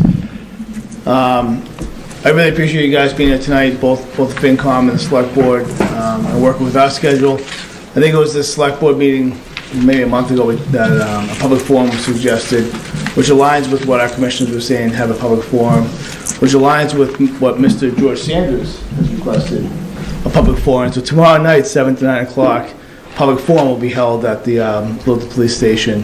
So please come ask questions on both these articles for those that are watching on TV. We wanted to have board representation. The Gossip came as well. Scott Larson, our chair, obviously, unfortunately couldn't be here tonight. He's traveling. He's in Chicago, but from a board perspective, Bobby can answer any questions that might come up. We felt this might be a good opportunity not just to talk about the articles themselves, but give a little update on the projects, because it's been a while since I think we've had this type of dialogue in front of Select Board, the FinCom, on where these projects stand. So we thought maybe if you guys are so inclined, we'd talk about the projects in a little more detail than just the articles, so when you guys are voting on these articles tonight, you'll have an informed decision to make. So rather than listen to my voice all night, we'll have Corey kind of update you guys on the Boxborough project, and I'll come back up for the sewer. They're both highly important articles for light and water, and we'll look forward to answering any questions you guys might have. So Corey? Thanks, Nick. Yeah, so I'll talk about, like Nick said, actually we call it the water infrastructure project on the town meeting vote, but it's a combination of two separate projects that are combined together: the Taylor Street Well project and the Boxborough Water Extension. Ryan, would you mind going to the next slide? Thank you. So the Taylor Street Well project, I'll talk about that first. There was a test well installed on the then digital property back in 1986 behind 151, 153 Taylor Street. The testing at that time was very encouraging. There was just issues acquiring the property, from my understanding. Now, many years later, in 2021, obviously now there's an Amazon warehouse there. The property owner donated 58 acres to the water department at that time, a couple of years ago.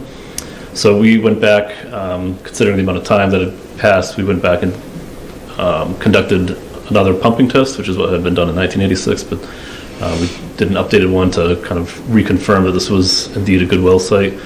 The test went very well. It lasted 15 days, proved that we can withdraw at least 500,000 gallons per day out of the site sustainably, and we expect to have the withdrawal permit from the Mass Department of Environmental Protection this summer. Next slide, please. Before I jump onto the Boxborough one, that Taylor Street Well project is really necessary for the town regardless of whether or not we were to do the Boxborough water extension. I think as everyone's sort of aware, there's a need for more water in town. There's a lot of growth happening. We've been down in a well site for the past three and a half years now because of the PFAS contamination at the Spectacle Pond well. So we've had water bans in effect. When the new treatment plant is online later this summer, that Spectacle Pond well will be back at its full capacity, so we will not have these continued water bans like we've had the past few years. and we'll be in good shape as far as water supply goes, but as we all know, there's some pretty large developments coming up here in town that's going to increase the need for water, so that Taylor Street well is really important for the town as a whole, just moving forward with the growth that we're seeing. Now, the reason we're sort of tying it together with this Boxborough water extension is because the Boxborough water project is sort of a unique project.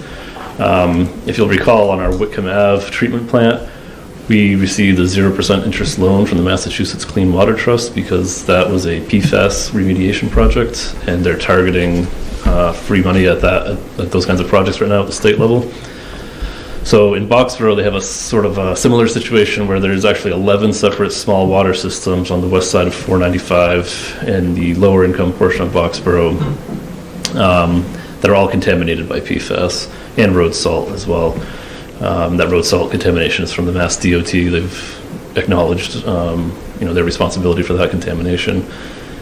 So these 11 small water systems, they represent about 1,000 people that are currently drinking contaminated water, some with very high levels of PFAS. And we've got the water department, we've been talking to the Boxborough Water Resource Committee for several years now about their contamination issues and how we might be able to help them out. So the opportunity kind of presented itself now that these low-interest PFAS loans are out there, and the Mass Department of Transportation has agreed to commit $6.5 million to the project as well, where it actually makes a lot of economic sense. If as we're developing this Taylor Street well, we'll end up with significantly more water capacity. Boxborough customers need very little of that. They only need 13% of the expected permitted capacity of the Taylor Street well. That's 65,000 gallons per day. So it's a very small ask in terms of water capacity, but combining the two projects together, as the next slide will show, results in a very significant financial benefit to the town of Littleton. If you could go to the next slide, please. Sorry, it's a little bit small up on the screen, but what we're showing here is the cost to the town of Littleton for the Taylor Street well, which, like I said earlier, we need to do regardless. And you'll see there's two columns with numbers in there. One with assuming that we proceed with the Boxborough extension, and one if we were to not proceed with that.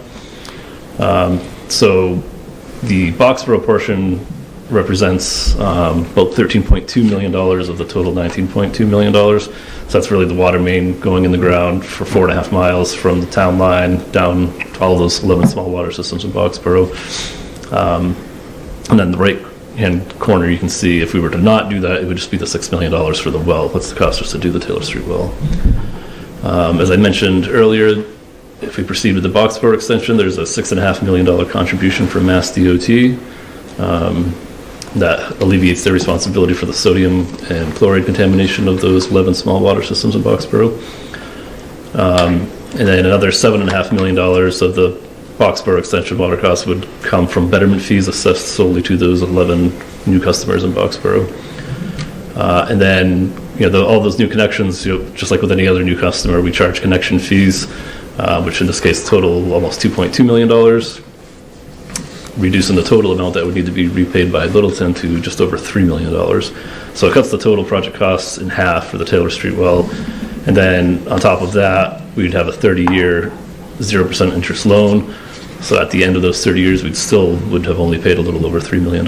Whereas if we went and borrowed that money on the open market, with today's interest rates, I assumed 5.5% for the example here, maybe it'd be a little bit higher than that, it'd be somewhere in that area. Over the course of 30 years, that would result in a total amount of a little over $11 million repaid on the loan. So ends up being an $8 million savings to actually borrow a little bit more, put the infrastructure into Boxborough, and be able to participate in that low interest loan through the Clean Water Trust. I think that's the last slide on this project. Just to kind of summarize it all before we open it up for questions. It's really sort of a win-win project that assists the low-income portion of Boxborough with a solution to their public health crisis, the PFAS contamination, saves $8 million in project costs for the new well that's needed in Littleton regardless, and only 13% of the water from that new well would be committed to Boxborough.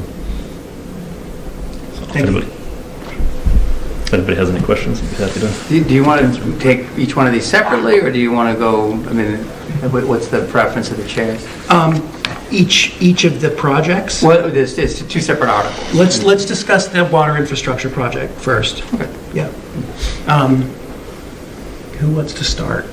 Mr. Venuti. You both know where I stand on this as far as protecting the town. And from what I can see in this draft agreement here, and the numbers that are up on the screen, there is no protection for the town. And what you're showing as a benefit really isn't. Can you put the numbers back up, Ryan? Turn back up. So you're absolutely right. We'll deal with the second column. You're absolutely right that if we borrowed that full $5 million, $5.9 million at 5.5%, it's going to cost 11. Absolutely correct. The yield on AAA debt right now is a little bit over 3. So to get that 5.5 coupon, there'd be some premium involved, probably around $1 million or $1.5 million. So the amount you're borrowing actually goes down. So that total debt interest goes down also. It's more than the $8 million range or something. That's right. That's peanuts.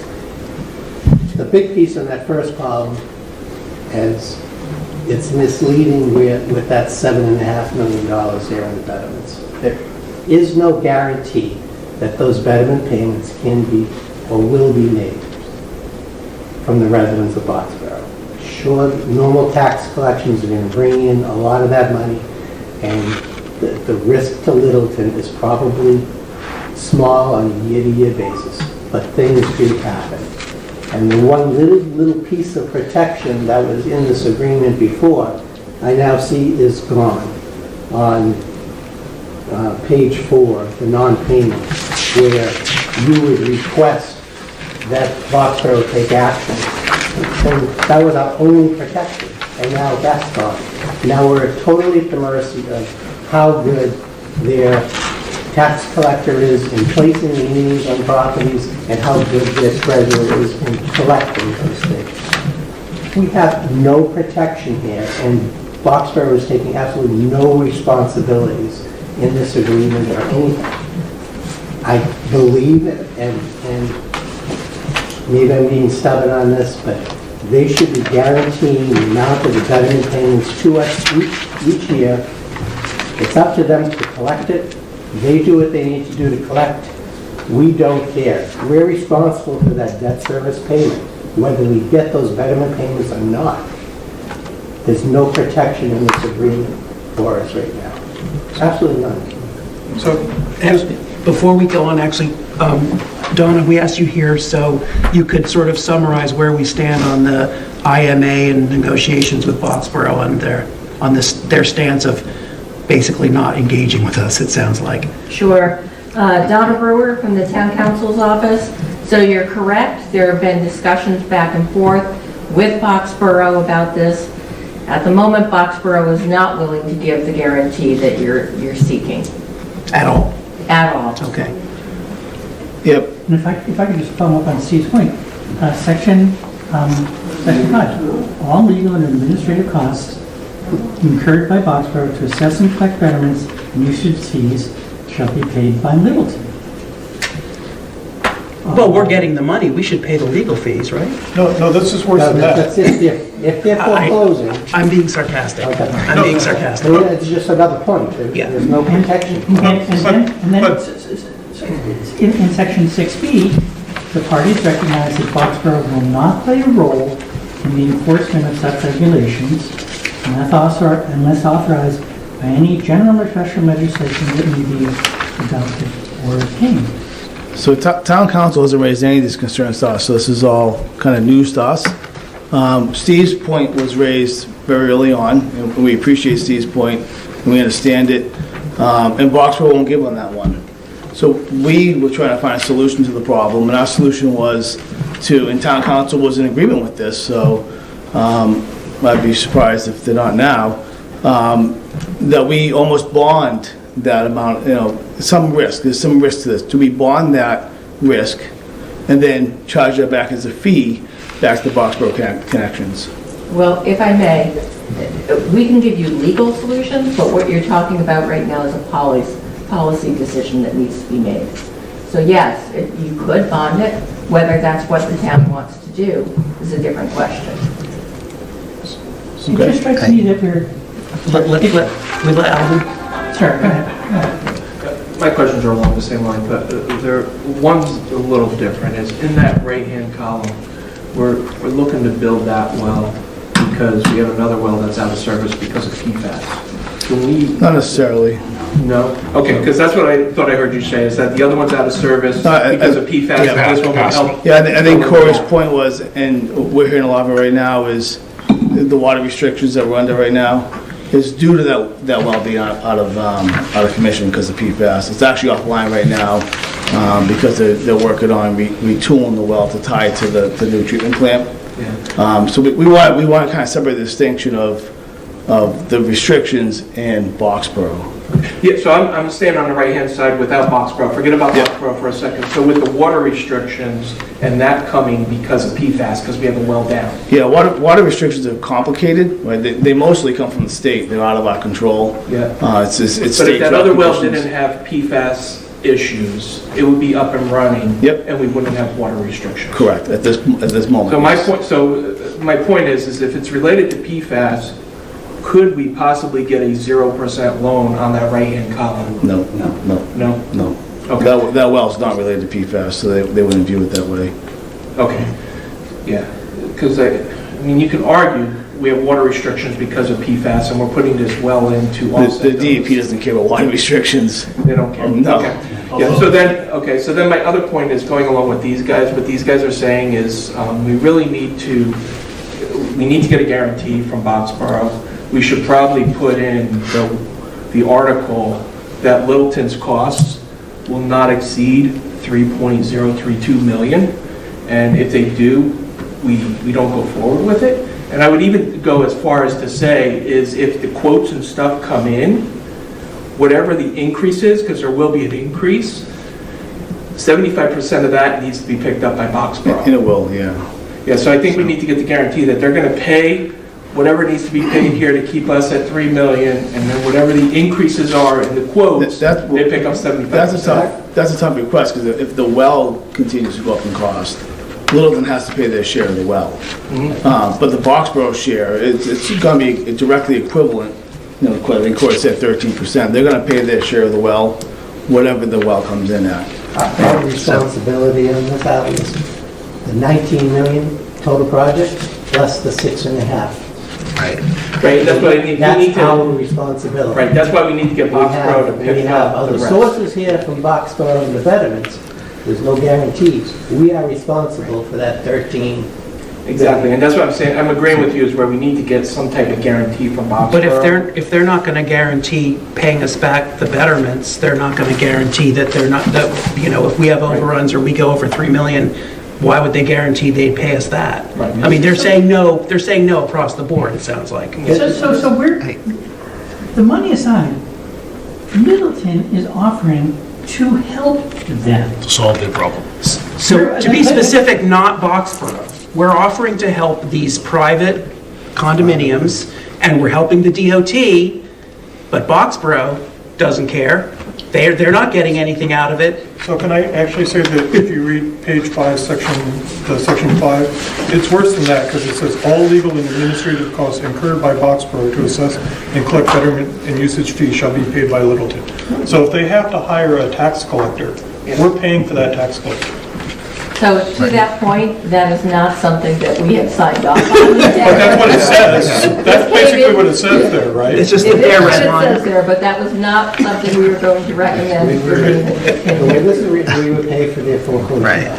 So just, If they wanted to This isn't even, foreclose, no, there's that's not even a nothing that says foreclosure that they need cost. to foreclose. That's not, that one's not even foreclosure. they could hire a tax collector and say, you guys Yeah, have to pay for it. Okay, so we're being the good guys in helping, not the town, but this group. And the group is responding by stonewall. It sounds like. I don't generally help people who stonewall me. So I had some questions on the IMA as well, right? So, Just a point of clarification on the IMA, it's still being, this is still a draft. Right. And still. Well, but it's the only young commission we have. to- Right now, that's So where we if are you right don't now. want to This is discuss the it, red take it line off the version. table. This is a red line version from the current, Okay. the Boxborough attorney that came in today, so FYI, it's not. Still a work in progress. Right. Just to say. So I guess, and Nick and Corey, I'm not sure if you have answers to all these, but, I guess I'm curious on the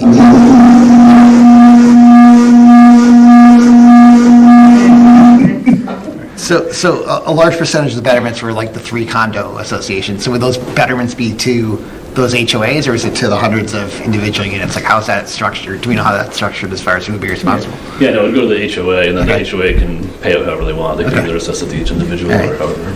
And then, I know originally you had some draft verbiage around capping, like the amount of water that they could pull out that's been stricken at this point. I mean, do you have concerns around capacity if that's not capped by?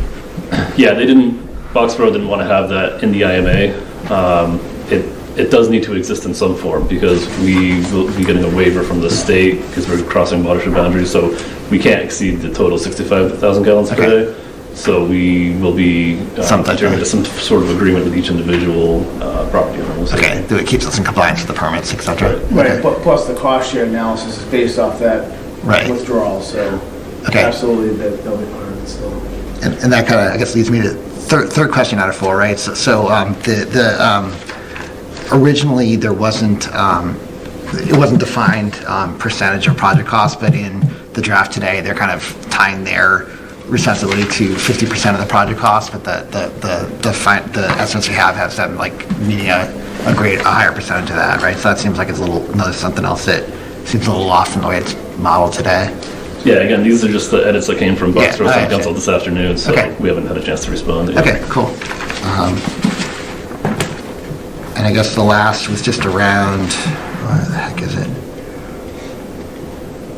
Oh, and then, the red lines today too, I guess, item 1, section A, under purposes, seems like they've added verbiage that allows the properties in Boxborough to opt out as well, right? So that's something the model is built around. And now it talks about benefit of properties choosing to connect to the distribution system shall pay reasonable connection fees. So I think there's some verbiage in there now that doesn't guarantee that all the properties connect.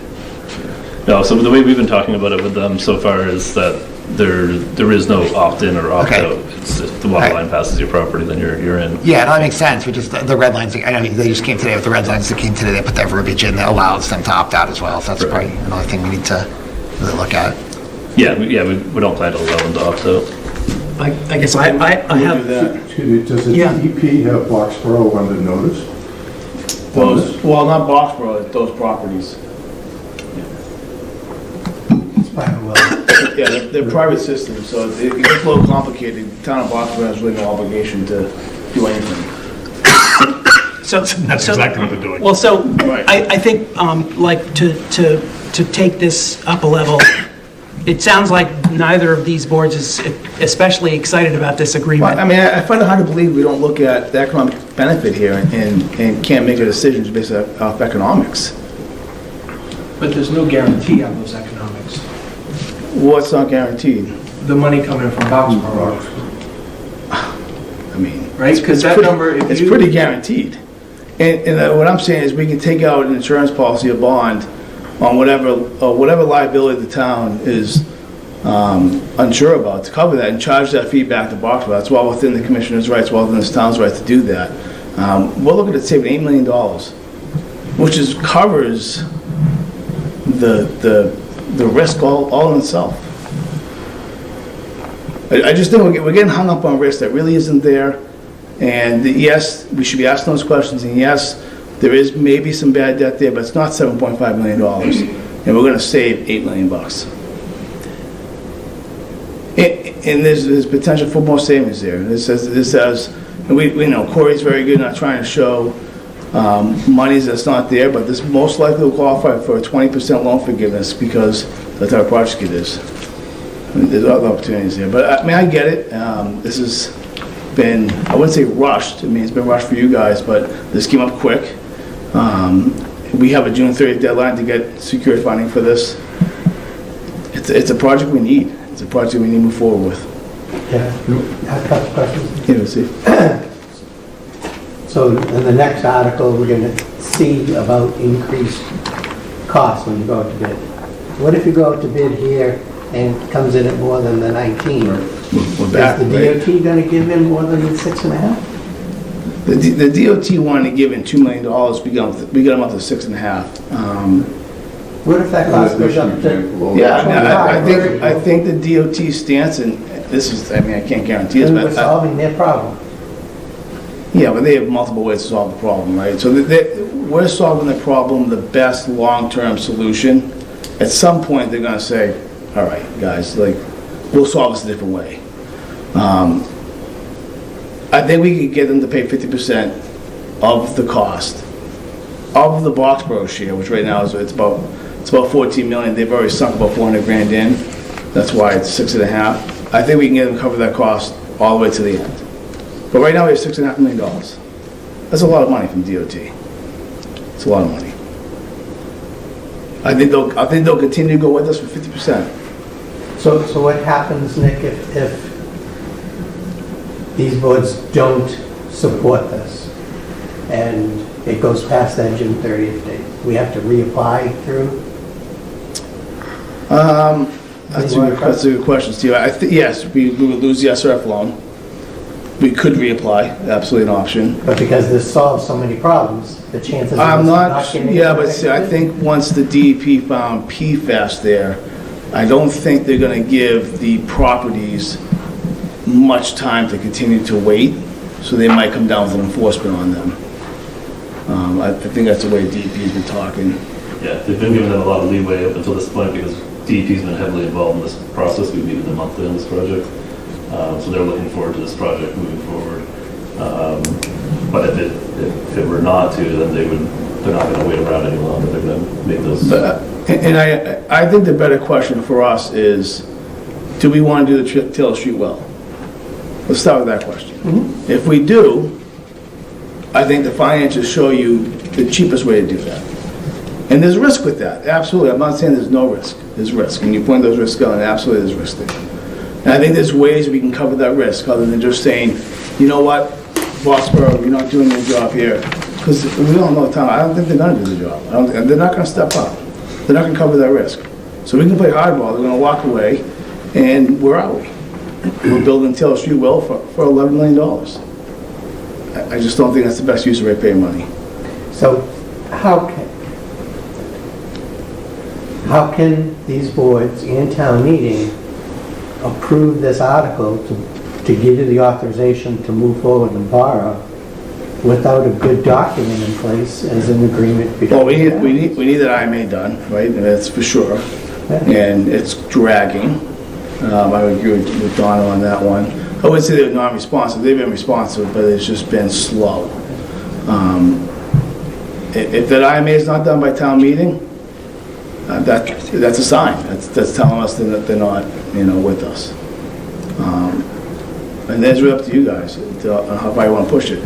Now we can approve the article and not approve the project, right? So we can approve the article, get the authorization, give the commissioners and the select board some authority to keep moving it along and satisfy SRF, but not award any contracts until the IMA is signed. But to miss this opportunity, to me, it just seems, I don't know, it just seems like a mistake. I totally get the savings here and the opportunities for the town to get a well out of this at 0% by combining the projects. I totally see that. I have a problem with Boxborough not stepping up to the plate. I do too. I don't. Whether they need to or not, it's still the citizens of the town. I have an issue with that. Steve, and Brian knows it. We've been arguing that for, I don't know, 5 years now, Brian? Before we had this solution, we've been arguing that, before we were really even involved. What are the practicalities of the bond solution? Like, how much is it going to cost? What will it cover? What are the risks there? The insurance policy. Yeah. I don't know. Okay. But we've talked to Ivy about it. She thought it was an interesting idea. I'd almost say, who cares, right? If the cost is whatever it is, we're going to build that in as a fee and charge those residents. It's not going to be charged back to Littleton ratepayers. To me, that's going to be a fee tacked on to this project, for this project. Or is it possible for them to have that, for these 11 properties to take out that policy, no? I think we're better off taking that in-house and us protecting Underwriting it. us, rather than relying on somebody else to protect us. If we go down that left-hand column and we borrow the money, it's 0%, right? So we have the 19 minus the 6.5, so we're in a $13 million range. And we borrow that at 0%, and then Boxborough decides, or the residents decide, no, Boxborough doesn't give us a good document, and the residents don't want to do it. Do we still have that 0% loan, and then we just do the $5.9 million worth of work at 0%? No, what would happen is we wouldn't be allowed to award a contract from DEP. Unless we do the Boxborough Unless we part do of the it, Boxborough. yeah. So DEP would say, you know what, nice try. It has to This meet the project's not project. happening. And then we'd be left with trying to cobble our project together. There's no risk there. We wouldn't expend any funds, but we would just be back to the right side.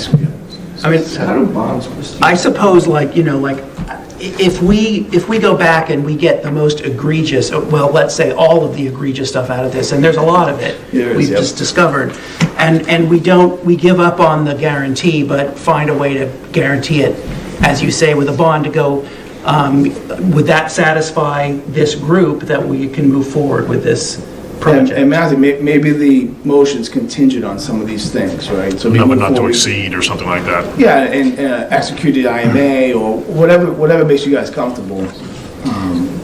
So the connection fees, are those paid up front, or are those part of the betterments? Because we're assuming that all these properties are going to come up with the $2 million, they've already signed up Yep. for that? No, They're like coming all up with that our upfront? connection fees are up front. That's board policy. We've actually communicated with the associations about that, so they're well aware of what those fees are going to be. That'd be up front. That's a good question mark, because we've even talked internally, do we set that money aside to protect the downside of a bad debt? Okay. So there's a couple of ways of doing it.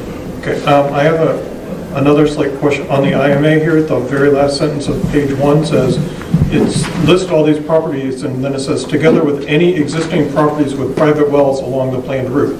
So that means that the old Cisco facility could be hooked up, or any other house along that route? There's not as many as you think. Do you want to? Yeah, that just came back in today, so we were talking about that by email this afternoon. There's only 5 other properties besides the 11 small water systems, and they're very small. They're either single-family residences or very small businesses, like an office, And are we hooking up, allowing the Littleton residents that aren't served by town water then also to hook up, and that are going past their houses there? We would allow that. I guess just with the FinCom hat on, where we tend to be risk averse, and it feels like we are picking up a number of projects that have risk. And I know we will talk about sewer later, but that one, there's a heck out of me as well, and I think that there's an enormous amount of risk potential there. So I'm just trying to tell you where we're coming from, at least where I'm coming from. The risk is higher than I'm comfortable with. Right now, let's move forward. I don't know that we're in a position to learn anything. So going back to your comment about if the IMA is not signed, it kind of invalidates the whole thing. I mean, are we progressing? Is our goal to try and get an IMA executed before town meeting, or is that? That was the goal. Because there's a lot. This is where we are. Right. There's no way. Yeah. I mean, I'm grappling with it a little bit. I mean, personally, I could kind of cut to the point of, okay, the risk versus reward, of this, is something that we can quantify, right? But like some of the other things that are in here, like the opt-out, kind of invalidates the whole model, right? So that's some of the stuff that I'm frankly struggling with even more. Yeah, there's no opt-out. That would be a hard stop for us. We're already running one project that it was an opt-out. We were against it from the beginning. But you gotta understand, the commissioners would never authorize us to start working on a project that we had no right to install main infrastructure in the streets in, right? So I can't award a contract if we don't have an IMA. Frankly, the commissioners want general legislation in place. So the IMA was really just kind of a stopgap to get us to town meeting. Okay, the two towns agree, we see what the terms are, but we can't install infrastructure with general legislation. The general legislation really is what gives us the right to exist. You know, we still need to design this project. We're not installing infrastructure for until next year. Yeah, over a year from now. Over a year from now. So it's one of those, here we are again with SRF deadlines, that we need the authorization in place to appease the SRF folks for a 0% loan. But really, we have a year to work out those mechanical details. I mean, like, from my point of view, you know, if we can find a way to guarantee payment, and if it is a bond and it comes back to Boxborough, that's acceptable to me, and we can make this a reasonable agreement that does not charge us legal fees, that does not have an opt-out, and all the other stuff that we talked about, like, I could see myself, like, you know, approving this, recommending it for town meeting. Yeah, maybe we gotta meet before town meeting again. Maybe, or, yeah, I mean, that's where I'm at. Basically, that's where I'm at. Yep. Can I just bring up another question, just from a business perspective? We know we've identified there's 11 properties. Yep. There might be some might be some peripheral single-family homes or small businesses, that kind of thing. Those 11 properties are probably owned by REITs or some larger entity that owns Codman Hill or whichever condo complex we're talking about. Have we done any kind of Dun & Bradstreet or any type of credit rating of those property owners, just to see, I mean, is there a history there, or is there any financial stability? No. Which would maybe help alleviate some of the thoughts of risk? Yep. So next steps, I mean, how are you approaching negotiating the IMA? Are you taking your lead from the water department saying this is unacceptable, this is unacceptable? We've mainly been dealing with the water department, and just before I left for this meeting, was still having emails back and forth, trying to work out some of the things that maybe we can accept and other things we can't. I want to pick up on one point that Nick said, which is we do need general legislation. We have been working as well with Boxborough on what that general legislation will look like. Even if we get an IMA form agreed to by town meeting, the IMA won't go into effect, and in fact will be null and void if the general legislation is not approved by the legislature. So I don't want anybody thinking that getting an IMA in place means that the project's been able to go forward. But what does the general legislation do?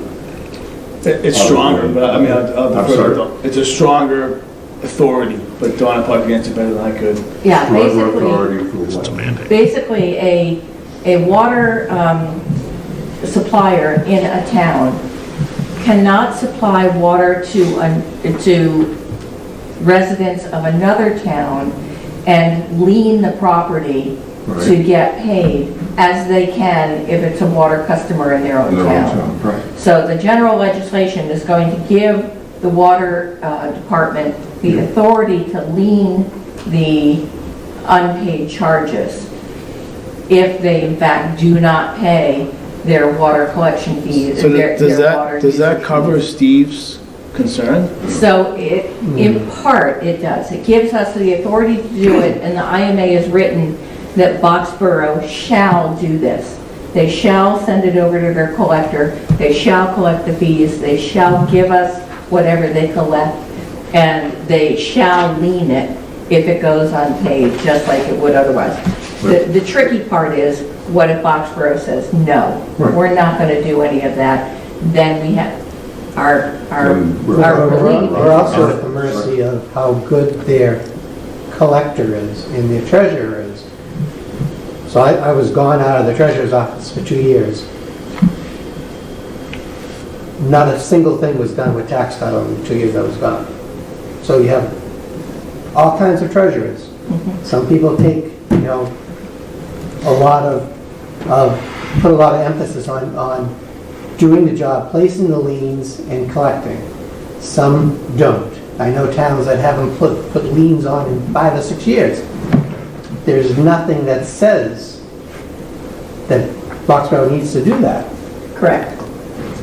So we're at their mercy.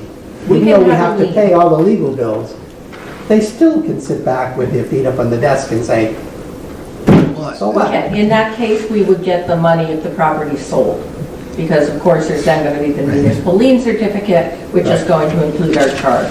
So where you fall into difficulty in particular is for those people who don't pay, who go into a tax title foreclosure system. And we're also at the mercy of Boxborough because we have to rely on the Board of Assessors to put the right liens and the right properties.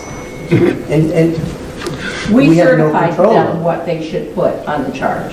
So under the IMA, we tell them what they need to do. But you're right, and once it gets there, what they put on the tax, We have to trust them to do it. we have to trust them to do it. And if they don't, we can sue. I don't think anybody wants to go that way. I mean, all this debate, though, like, we know Boxborough isn't going to agree to it. We need to find some other way of solving this problem, because I don't think, we can talk all we want about the language in the general legislation or the IMA, and it doesn't matter. Boxborough has clearly stated that they're not going to, like, guarantee us anything. So maybe we take a look at this project. Are we, as boards, comfortable with the well piece of it? Drilling a new well and increased water supply to the town of Littleton? I would say yes. I'm comfortable with that piece.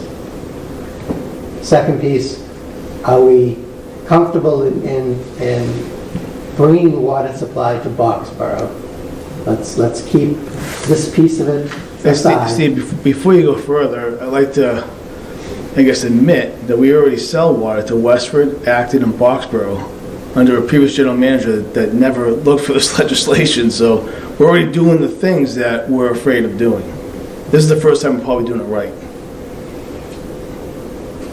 Just so you know. That doesn't But to Nick's point, that's not unusual in Massachusetts. It's for water. I have had other clients who've been in the same position. They supply water to the towns that are on their borders, and then they get stuck when those charges don't get paid because they can't lien it. We have an apartment complex Doing in... the same thing with, so let's take Westford, for example. Yeah, Westford is probably the good one, right? No, Acton. Avalon Bay. We have an apartment complex in Avalon Bay, in Acton, that we serve water to. We never had to leave them. They've always paid their bills. So they pay the water bill? Yep. They paid the betterment charges for this? There was no betterment because the developer paid those costs. Right. Yep. So it's just a regular billing. They don't Yep. pay their water bill, you shut their water. Yeah, that's the long-term. My long-term concern isn't the betterment. The betterment's going to be paid. My long-term concern is getting the water rates paid. What happens if they don't pay their bill? Right? Shut their water. Well, they still owe you money. Right? So it's just the same thing, just Yeah. like, any Littleton resident doesn't pay the bill. Yeah, but we can lien them. You're putting a lien on it. Right, so we need that So ability in part Boxborough. of this should include the ability to put to lien, correct. a Yep, lien for non-payment on, yep. in addition to the betterment. That is in there. And one of the things I was talking with Deb today about the whole structure is, so a lot of tax payments come in through mortgage companies, right? So you pay escrow and mortgage company collects. Some mortgage companies don't pay liens or betterments. They pay the taxes. And so when the payment comes in, that lien or betterment is just unpaid still. So it's possible that the taxes, and Boxborough is going to be fat and happy in collecting their taxes, whereas that lien just doesn't get paid. Yeah, and that's why I go back to the point, I think Matthew said, no, we need to protect ourselves on that. We can't count on other people. We shouldn't count on other people. We should take out an insurance policy that protects us and then charge back the people that were protecting us. So I think that's the next step is we need to see something that covers us. Okay. And I think we need to see something that's reasonable in the IMA and not, So should I'm sorry to keep dominating, but should the motion that we put in front of town meeting have some stipulation in it that says we give the water department the authority to borrow, or the treasurer the authority to borrow for the water department, provided a mutually agreed upon IMA between the water commissioners Select Board and Finance Committee, as well as special legislation, is in place before we can borrow dime one. Yep. Yeah. And we'd be okay with that, because we wouldn't want to install without that. So Okay. that, we'd be okay with that type of stipulation. That's okay with me. Because this isn't going to be ready. Yeah, I know it Based on isn't. what I see here, it's There's not no gonna way, be yeah. Yeah. Okay. That's way moving forward. I'd also suggest maybe on these existing Acton, Westford, Foxborough, let's go back and get some lien authority on them. I mean, it can be, I mean, yes, we're having friendly, yes, they're paying their bills, but I think it's due diligence for us to go. So could that be wrapped up in one general legislation? Yeah, we can add that. We can get you a list of existing customers if that helps. Okay. Yeah, it's funny, this goes back to Geraldine's point. I want some of this in writing. So, I have a question on the SRF loan. If this project comes in at 25 million, what happens to the SRF loan? That would never happen, right? Well, yeah. Yeah, it will. Because we just went through this with the sewer, where you said we had the SRF loan for a certain amount, and we can't expand on it. So what happens if it comes in too high? The same thing with sewer. I think we're back at town meetings looking for more money. We don't, then that, if it went from 19 to 25, that 6 million isn't covered by the 0% loan? It would be, yeah. Yeah, they would increase their loan amount, but we need authorization from the They're town to looking match for it. our So- authorization to borrow that amount. We'll cover it. They need a match. But they want to know the town is committed to borrowing it. I understand that, but I thought before when we were doing the sewer, what we were told is the SRF loan was the SRF loan, and that we couldn't change the amount. So now we're saying for this one, we could potentially change the amount? I think even sewer we could. Okay. Okay. Mr. Sanders, you've been very patient. Do you have something to add? Yes, Mr. Chairman, I have something to add. George Sanders, 672 Grave Road. Thank you, Mr. Chairman. I've been listening here to what's going down here, but one thing I can tell you for sure, the bird in the hand is worth all those in the bushes. When it comes to the taxpayers in the town of Littleton, we cannot afford, with all due respect to what the water department is trying to do here, you as town official must protect the people of the town of Littleton. If Foxborough does not want to come up and sign up, we are not obligated to take a risk, because if the risk come up that we as taxpayers have to pick up the bill on the debt service, on the water, it is not right. And I would say that we have people at that time, if they voted in to do that and not put protection in place for the citizen of Littleton here, every one of you should be fired. Now, saying that, I have the utmost respect for both of these boards. But make no mistake about it, we are some smart, intelligent people in the town of Littleton. And we're not going to let this go through the town meeting to be passed, to let it go ahead and take the risk. Because I will get on the floor and I will fight for the 3 minutes that I get and tell the people, listen, we're being sold down the drain. And you don't want me to say that to the people in the town of Littleton, because I cut it the way I see it.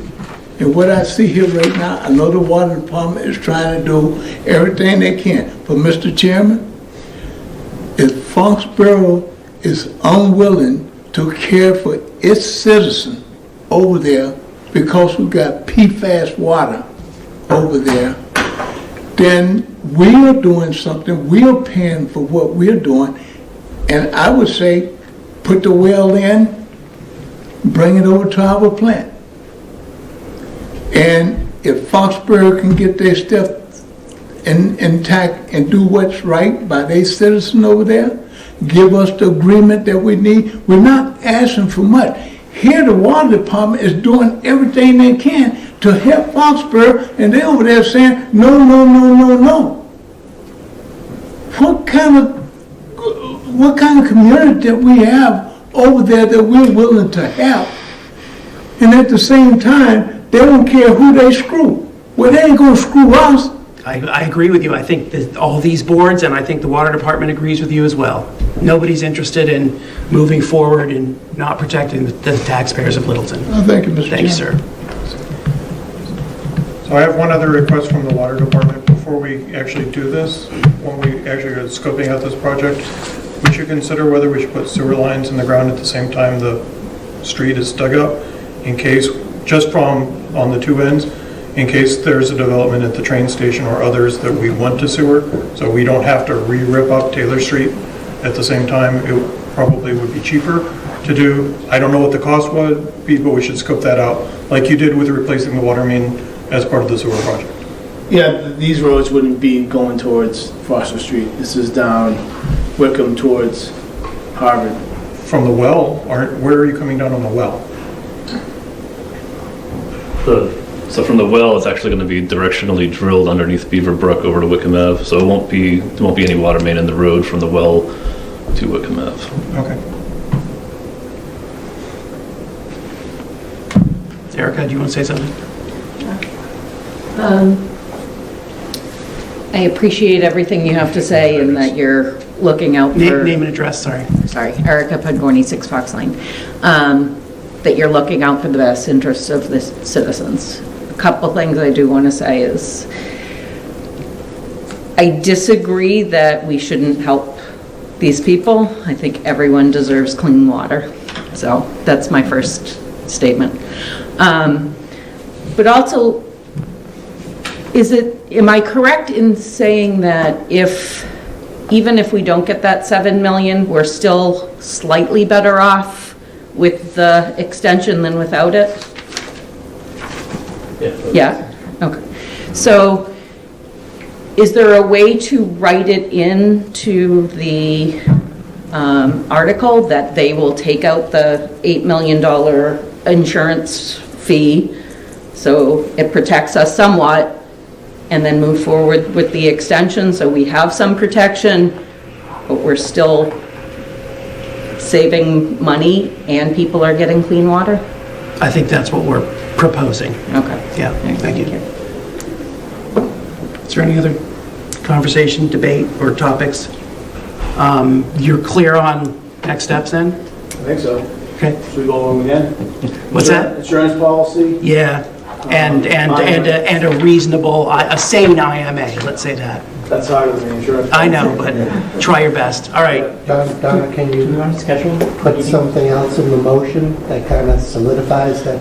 Yeah, it'd be helpful to have maybe a couple of different options at town meeting, because I think a lot of this is going to really happen on May 1st. So I know we both have meetings prior to town meeting. Can we talk about it then? Would that be enough time, or do we need to do it before that? I think it has to be beforehand. Okay. Standing around in 50 minutes before town meeting saying, I raised you 19 million. It's like, no, that's can't be. But I think realistically, we're not going to have a new IMA. That's a week away. Town meeting. We might have an idea of numbers, what it would look like with the bond, the insurance policy. So let's come up with an article language that assumes no IMA. It's contingent upon whatever we decide it's going to be contingent upon. Okay. That gives us time. Yeah. I think that's a smart way of doing it. Then if we have an IMA, great. And if we don't, now the motion covers that. Right. Yeah. Okay. All right. Can I just add, if there is a way to do like a Dun & Bradstreet or some other financial investigation on the 11 properties? Jumbo is one of the ones that owns one of the properties on Swanson Road. They're out of Quincy. So Last point, Steve, if we were going out for a 5.5 or a 5.9 million, we wouldn't go probably for 30 years. You'd probably go for something less, and you probably wouldn't be paying anywhere near 5.5%. So what is your guess as to what the real coupons right now is not? would be around the 5.5% range, but the yield is more in line with 3. Why don't we work closely with Steve on that to update that column? Yeah, but So it's no way. less than the 11. put it that way. That number's too big. There's no way that would end up there now. You wouldn't. Right. Because you We wouldn't take some defer. out of capital stabilization, you knock the number down. So the comparison is a little wonky. So I think that, it is what it is, but I still think if we really looked at it, that delta would come much. So you're saying it's not going to be 8 million, it might be 6 million or some other number? No, we'll work with Steve on that. We're not trying to be wonky with the number, so. Well, they are tonight. No, I mean, the number of 11 million is right. If you borrow that at 5.5, that's the number. Right. But the principal amount would come down because of the yield, that's all. So we need to also talk about Article 23, is that correct? I guess. All right, let's go. Staying a little bit tonight? It's not getting earlier, you know. We're through the easy one. I know. Yeah, we actually saved money with the water article. We'll have more money. Is this mine? Slide? Yeah, this one's yours. Let's skip past this one. I didn't want to talk about this one. Again, I think it was important to kind of, again, update the community on where we are with the sewer project. And, one thing we've been trying to educate the community on is it's an expansion of the existing sewer system. We do a sewer system right now. It's at the high school. It services 6 municipal buildings. It's one thing a lot of residents don't know about because we don't really talk about it for a lot of different reasons. And expand the sewer system to the commons been really a project that's been talked about, I don't know, for Fred and others and Steve have been around for a long time, I think 20 years or so. And it's had multiple different iterations along the way. And then probably about, maybe it was 3 or 4 years ago is when the select board turned over to the commissioners and we started kind of moving the project on the good work that the select board did with Weston and Sampson to identify the common and start moving it towards construction. The select board did a lot of work with regards to set up a sewer enterprise fund, setting up the legislation, a lot of the political work that needed to happen to establish the sewer department. And then when it became operational, they turned it over to the commissioners to kind of get the project off the ground. Along the ways, we tried to build a project that was the least costly and tried to do it in a way, this was before 550 King Street actually became a user, because the plant at the high school is really end of life. It's got a couple of years left. We're limping along on that thing. We need a new plant. We need a new plant for a couple of years. We just hired a sewer operator internally at Littleton, Jim Gavin, who is doing a great job at keeping that thing going. He thinks for a couple more years he can keep it going. But eventually we need, as a community, to replace that plant, which we've known for a couple of years now. It's really the struggle that the select board and the commissioners have had in the finance committee. How do we do that economically? How do you replace that plant with 6 municipal users, expand to the common for economic development and for environmental reasons, and do it in a way that's responsible? And we struggle with that for, for 20 years. But there was a vision there to get economic development in the common, and then at the town meeting, whatever that was, 2 years ago now, I think in the fall, when they designed, developed the plan for 550 King Street that allowed for mixed use in apartments, that really opened us up for an economic solution for the sewer system. So along the same times, we acquired property at 242 King Street, which was identified, those street properties identified at the time by CDM Smith. We went out through an RFP. 242 King Street was the only one to respond. We bought that property. We designed a treatment plant there and designed a collection system that extended to, and this map's a little deceiving because it's not as big as that map shows. That's the total district, but the select board and the commissioners tried to design a way that they call it the spine, but it was really just getting down King Street and parts of Great Road to try to do it in an economic way. The effluent recharge site at the high school is where it is now. Right now, the recharge site there is permitted for just over 17,000 gallons per day, and the new one that's under construction, we'll get into that in a little bit, is for 243,000 gallons per day. We have a draft permit in hand for that. It's in the public comment period right now, waiting for the final permit, which should be within 2 or 3 weeks. Next slide, Ryan. So again, this kind of just shows the site of the wastewater treatment plant at 242 King Street. There's the design. A lot of it's tankage, and this doesn't show the existing house at 242 King Street, but that will remain as part of this project. I think it's the commissioner's desire to eventually kind of break that piece of the property off and sell that house, but they were very respectful of that process. I want to make sure the treatment plant was under construction built first, so that way there was no surprises to a homeowner that bought that house that now all of a sudden there's a treatment plant in their backyard. There's a small building which is in the upper right hand corner, and then the gray boxes are underground tankage, and that is designed and ready to be built. That's the first contract second contract that came in. That's a $20 million build, and you'll see that when we get to the finances. This involves the demolition of the carriage house barn at that property. If you look at the property, if you know it, to the left is an old carriage house. That demolition should be starting. It's starting this week. Probably next week is when you'll start to see some real progress there. It'll be a quick demolition. We've worked closely with the Wilton Historic Commission on that. They obviously have a lot of value in that house, and there's some value in some of the timbers in that house, in the carriage house, that we're gonna salvage for them and hold aside. There's about 50 timbers and about 20 or so 16-inch floorboards that will be saved. We don't know what we're doing with them yet, but we'll at least save them for the Historic Commission for hopefully good use down the road. So, sorry, go back for one second. So the only thing above ground is that black square? Yes, and how big is that? How tall is that building?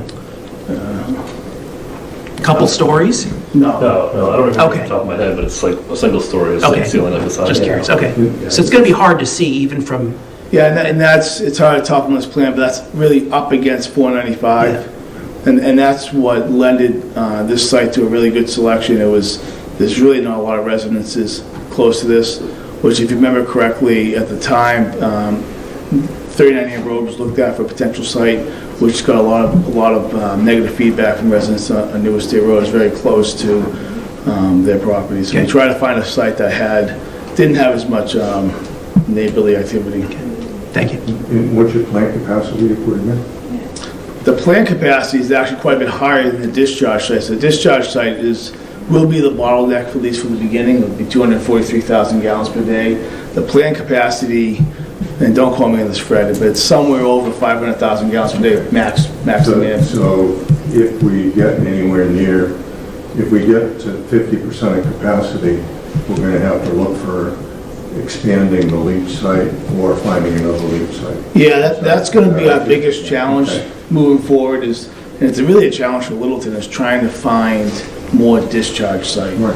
I think I was on the select board at the time. I think they did a holistic look at the community, and there wasn't a lot of options for potential discharge sites.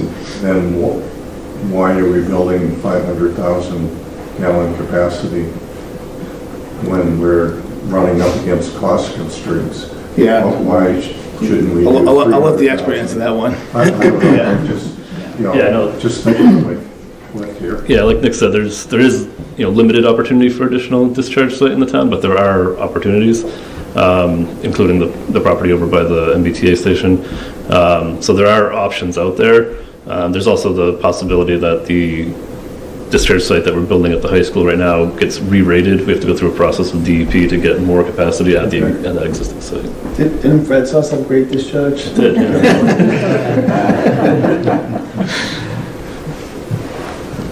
So thanks. The recharge, discharge, I get confused. The DEP changes what we call things every couple of years to confuse you, but it's actually under construction right now. We are under contract with Onyx Corp, who's doing a fantastic job. I can't speak highly enough of Onyx and their relationships with us and the schools has been incredible. Hopefully you guys have received very minimal feedback on that, but between the schools and Onyx, it's been a very successful project.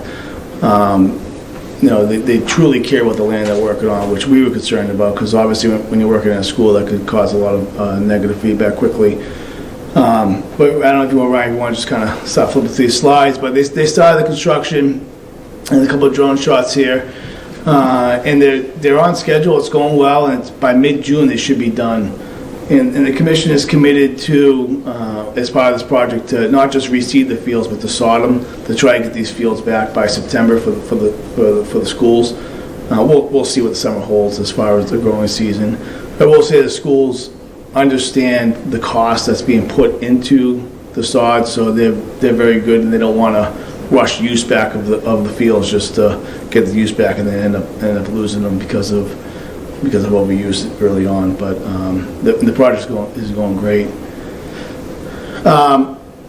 So Article 23, I really was hoping I never had to go back to town meeting for sewer, but here we are.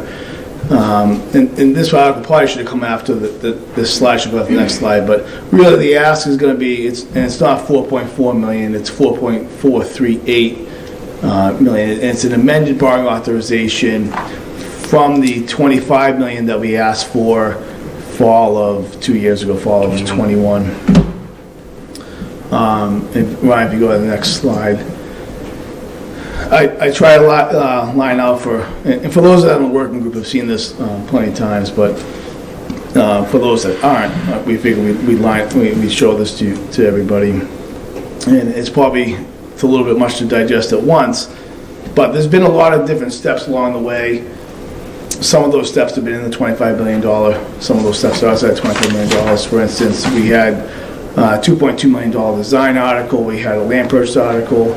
That was way before the $25 million borrowing authorization. But we also had town meeting articles, if you look in the right-hand column, that supported those. It was $2.2 million Article 10 in 2018. There was a 1.65 in 2019.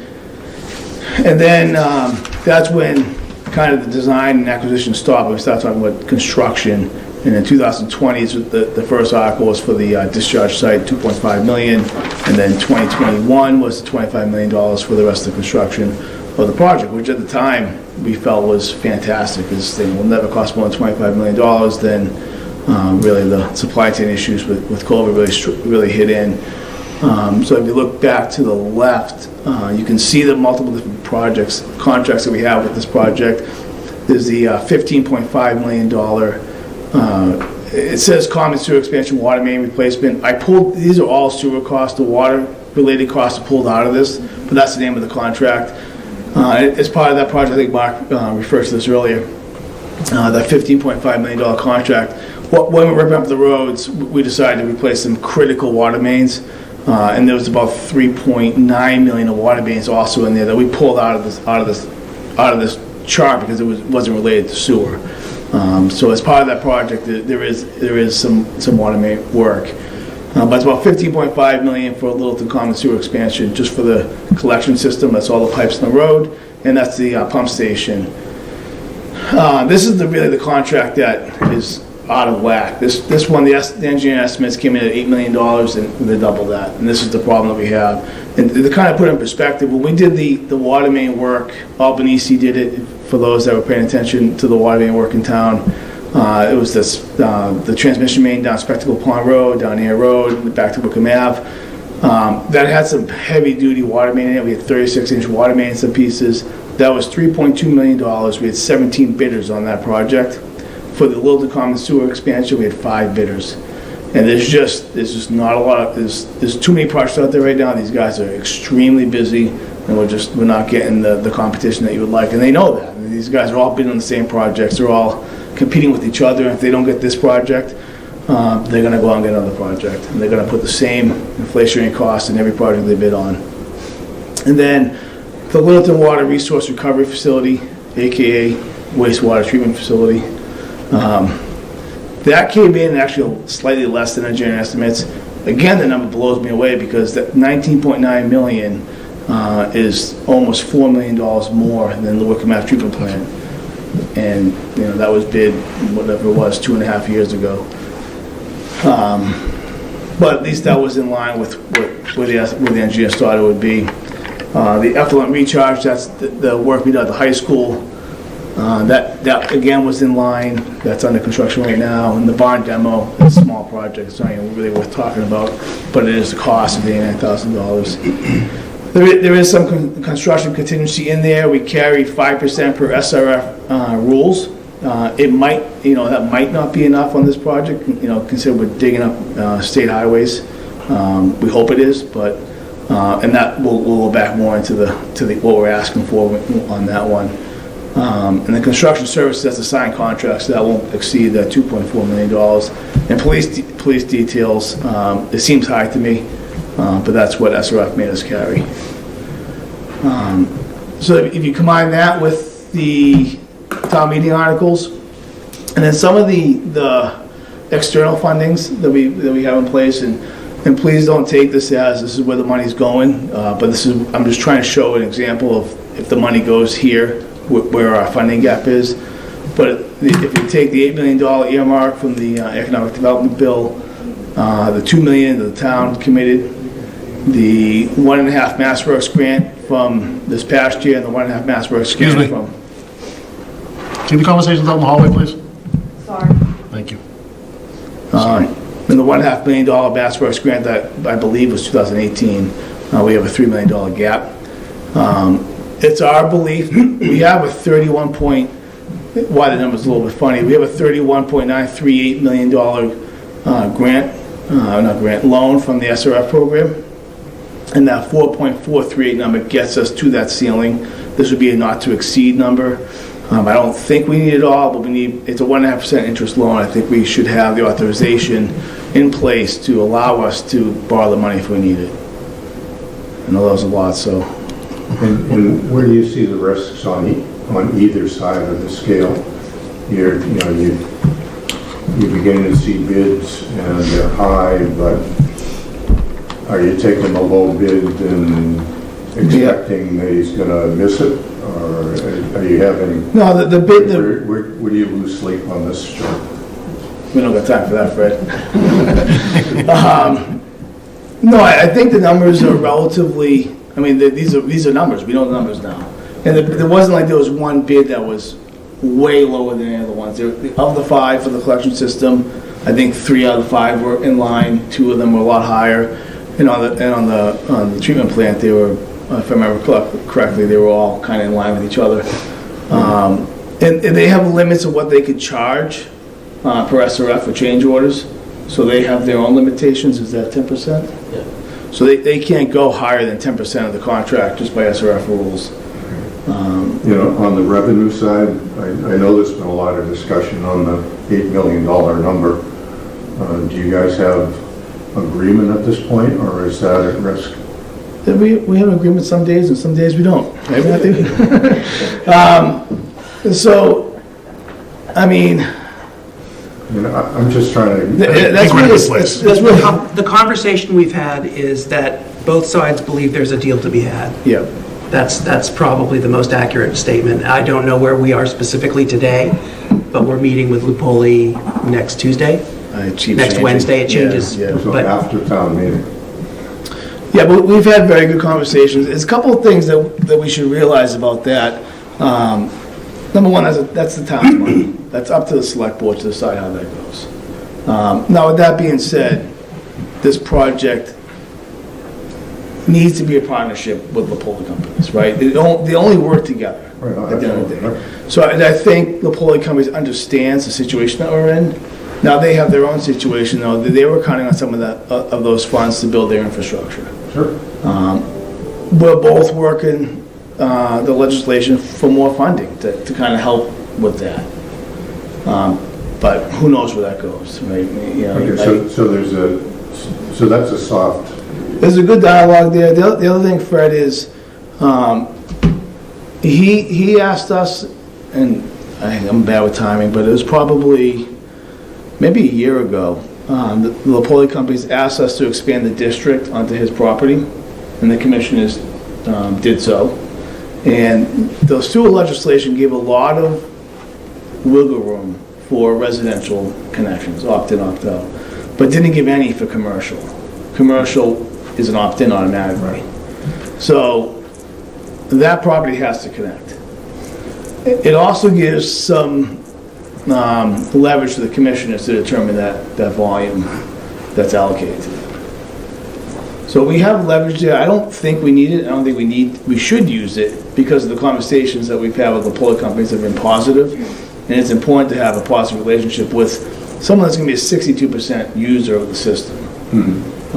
But I would say the select board and the commissioners and the FinCom, So he was in, what, 160, 150,000, yeah. 150, 243, I think it's 62%. And how close are you to the 240 overall? Yeah, I don't remember the exact number, but we gave ourselves a buffer there. So you take the 150 plus the existing flows that are out there for all the customers that'll be connecting, and it's somewhere just over 200,000. Enough of a buffer to cover 40? Yeah, and his 150 is 10 years out, right? So it's day one. So we got time to start securing future properties and discharge. Okay, the DEP has something to say about that, right? How much capacity and 240 flow you? Yeah, we can't exceed 243,000 gallons. That's today. But at some point, we could get an actual. I understand that. Yes. But we won't be able also to. have 410 King Street. Well, What is that like? 410 King Street's not really part of this right now. So, We've had that conversation with Sal Lapoli as well. He has 150,000 gallons per day. We don't necessarily care how he spreads it around, but 410 King Street, or 410 Great Road doesn't even have a master plan in place yet to even have those conversations. And we are meeting with him next week. It's before town meeting. okay. Yeah. Okay, it's just trying to get my arms around how good that 240,000 gallons is. And I assume that the build out is over a number of years, certainly. Yep. Okay. Yep. Yeah, they keep their schedule. Okay. That can be the only question from Fred. Any questions, comments? Thoughts? That meeting's Monday, right? Yeah, meeting is Monday. It is Monday, okay. You just... That statement I heard what you sounds said, I was like, like oh, wait, let me, okay, Monday. I'll be there on Monday. We'll send you a reminder. Nothing? How is Boxborough more complicated? Well, yes.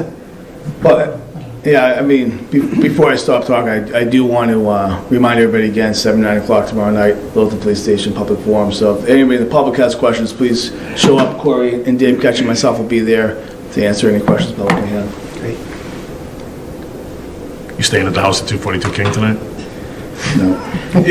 Stay with Ivan. It's a police station. It's where? Because Right, Littleton Police Station. because a lot of the things online said it was here. We couldn't get the room. I'm just, Yep.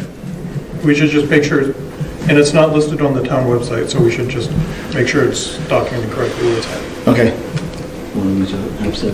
Maybe stick a sign on the door here saying go. So, Select Board, we are going to vote to recommend this article? Any discussion? Debate? If not, I'll take a motion. Move the select board vote to recommend Article 23. Second. Moved by Chuck, seconded by Cindy. All those in favor, please say aye. Aye. Aye. Aye. Motion carries 4-0. So for FinCom, any other discussion or questions that we have? Right. If not, I would love to entertain a motion to What Chuck said. support.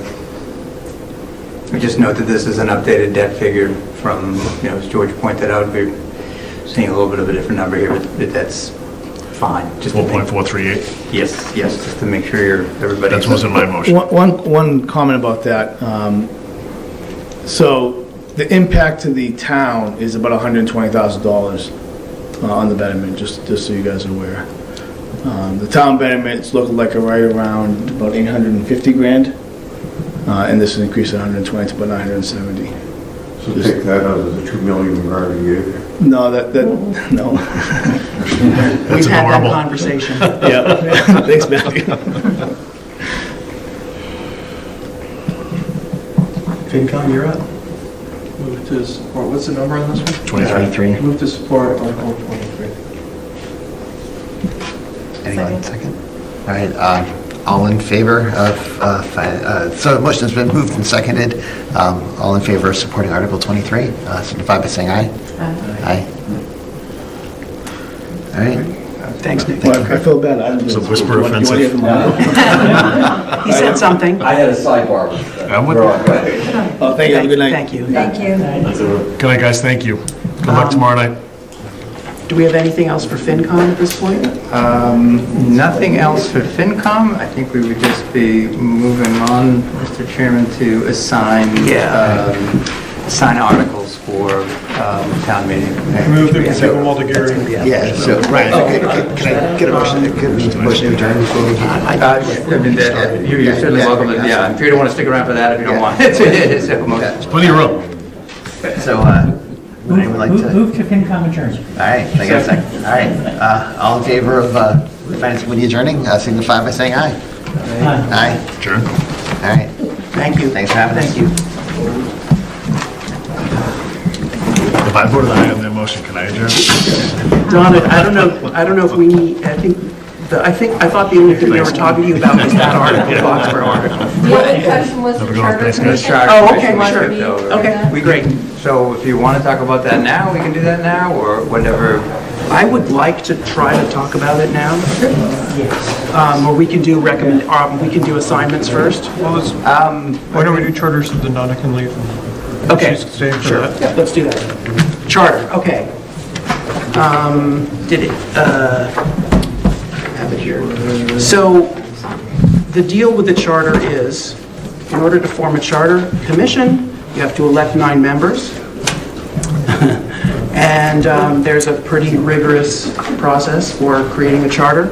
So we do an ad hoc. So my suggestion would be create an ad hoc committee to basically do all the legwork of getting the petition, which requires 15% of the town, educating the town, setting up the election, and so forth. Donna, could you explain the process a little bit? So the process for adopting a charter does not actually start with the select board, the formal process under the statute. It starts with a petition, as Matthew mentioned. A petition has to be signed by 15% of the registered voters of the town, asking that a charter commission be formed. If those signatures come in, then the select board schedule an election. And the election cannot be earlier than 60 days from the date the election is set. So the petitions come in, you have 30 days to order that an election be held, but the election cannot be held until at least 60 days have passed from that order being issued. When the election takes place, there are going to be 2 questions, two different topics on the ballot. One of which is going to be asking the town if it wants to establish a charter commission. But in that same ballot, you're going to have nominations for the 9 members of the commission. So you have to give enough time. That's part of the reason why there's at least 60 days, because in order for people to get nomination papers in, to get certified, to get on the ballot, you need usually at least 45. So the question, if the first question is answered in the positive, that is, we want to establish a charter commission, then the votes for the nominees will then get counted and you'll have your 9 members. If it fails, then it doesn't matter what the votes were for the people. Once the charter commission is set up, the whole process thereafter needs to be finished in 18 months. So the charter commission goes to work. It has to schedule public hearings. Its first public hearing is within,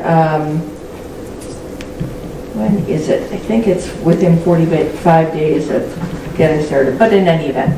So they have to have the first public hearing within a certain amount of time after the election. They then will come up with a charter that they will submit to town meeting. Again, town meeting's approval won't be done at a town the vote will not be presented at a town meeting. It's presented at an election to vote for the draft charter commission. It will also have to get approved by the Attorney General's office, but thereafter, that's generally the process that you go through. So is there a plan B with that, Donna, that special legislation is an option? Yeah, so special legislation is a process, then you don't have a charter commission. Okay, what would that establish? The same thing. So again, the special legislation would approve a charter. So then what you would have is you would have some kind of draft that would come up that would get approved by the legislature, and then it comes back again to the electors of the town through an election to get approved. And do you need someone to sponsor that, the special legislation? Always Yeah. special legislation. So again, you'd have a town meeting warrant article that would ask that there be a special act that would go to the legislature to put together a charter. I honestly would not recommend that you do that process, because if you do it that way and the town wants to make further changes in the future to a few specific areas, you'd still have to go through the whole charter commission, because those amendments can only get made through the charter commission process. So you're saving the town going forward. If you do the charter commission now, you're giving yourself the right to amend it in any way going forward. You don't have to actually go through adopting a charter first, even though you already have a charter, but you didn't adopt it through the charter commission way. You're going to have to do that in order to make certain other changes. So in order to kick this whole thing off, we need a petition, but, you know, an ad hoc committee could be formed to kickstart that, correct? Yeah, that's Okay. actually typically what will be done. And that way you can find out the people who are interested, and then you can figure out who might run for charter commission and all that kind of stuff. I assume, yeah, there's a fair amount of work to get the election set up and schedule things and educate people about what's going on with the election and the charter. A lot of lifting, yeah. Yeah, so that was my proposal, would be that we vote to form an ad hoc committee tonight, maybe. I don't, you know, I don't have strong feelings about the makeup of it, except that I don't think any of us should be involved. I think that it should be citizens and perhaps, you know, a town administrator or designee. But, you know, I think it's important that this is a independent. How many people would you recommend be on the ad hoc, Donna? Do you have a recommendation for that, or? I would think 9 would be a good number. Okay. For the ad hoc? For the ad hoc. Really? Yeah, It's a lot. just, maybe you won't get that many. Yeah. But, you know, you kind of might want to get them working into it so that they'll run. Okay. Thoughts? But that number, of course, can be any number. Okay. If you want less. I guess the question that people will ask is, why are we doing this? What's the objective? Yeah. What are we looking to do? So what is the end game? Yeah, so, you know, one of the things I read about this charter process is that it is a complete and sort of holistic view of a study of the government that you have and what you want. And that the Charter Commission, part of what the Charter Commission does is it gathers input from the town, from residents and the town, you know, and the government about, you know, what's working, what isn't working, and what are our options moving forward. We are big enough now that we could have representative town meeting. I mean, I've heard several people talk about the fact that they feel the town meeting is not actually particularly representative because people who have small kids or, you know, can't attend, and it's on a weeknight, and, you know, if we had representative, I know it brings its own problems, but it might be a better way to go, for example. Yeah, with different systems that we put in place, like the electronic voting, may change some of the... Might, yep. You know, we're not going to, in all likelihood, we're not going to have the same, still going to be deliberation and debate, but there's not going to be the same kind of, you know, 1 or 2 hour to tally a vote on some larger topics and issues. And I think the initial impetus for this was, you know, we could, you know, find a town administrator or an applicant who was interested in participating in this and help to shape like their role. and clearly define the interactions between the select board and the TA, select board and the staff, and, you know, rationalize it all. So we don't have a charter. Nope. 308 years, no charter. Right. And many communities, and you correct me if I'm wrong, any community that I've been involved with that has tried to establish a charter commission has a charter, and they're looking to change the form of government. Typically, yes, that's why you do it, but there's still a lot of towns that don't have a charter. Right. So. I mean, are you sort of thinking, well, why do we not need this? Is that what you're Well, mulling? I don't know that we need it or not. I think Cindy made a great recommendation with, you know, kind of revisiting the town government study. So how is the town government study different than an ad hoc committee? Well, Won't they basically accomplish the same thing? yeah, potentially. But if the goal of the ad hoc committee is to establish a charter commission versus the government study committee, which for 300 years, some form of our town government has quote unquote worked. I mean, I think one of the things though is, you know, that government study had a lot of recommendations that didn't get followed. And there's no teeth there, right? Whereas a charter, it's like, here's the form, here's the rules. It's matched on the law, right? Yeah. Well, I think the town government said there were a lot of recommendations that actually did get implemented. I think the ones that didn't, there was a reason that they didn't. We could form a commission, but what's their charge going to be? What are we going to ask them to achieve? If we formed I just feel like it's kind of open-ended. Okay, so we want to form a commission tonight. Like, what is their charge? Well, you mean the ad hoc or the ad commission? hoc? Well, I think the ad hoc, their charge is to form a commission, is to like get the commission off the ground, to start, you know, get the petition going and schedule the election, and do all that legwork. I would have said it's a little different. I would have said their job is to justify why we need a charter. Exactly. We can, okay. Yeah. So that should be the first step. And if they come back and say we need a charter, then they... Fair enough. Right, Then because people are going to come us. back and say, again, why are we doing this? So, yeah, I agree with you on that, Mark. Okay. I mean, that's a good charge, actually. I think you're right. That should be the first thing they decide. Do we need one? Yeah.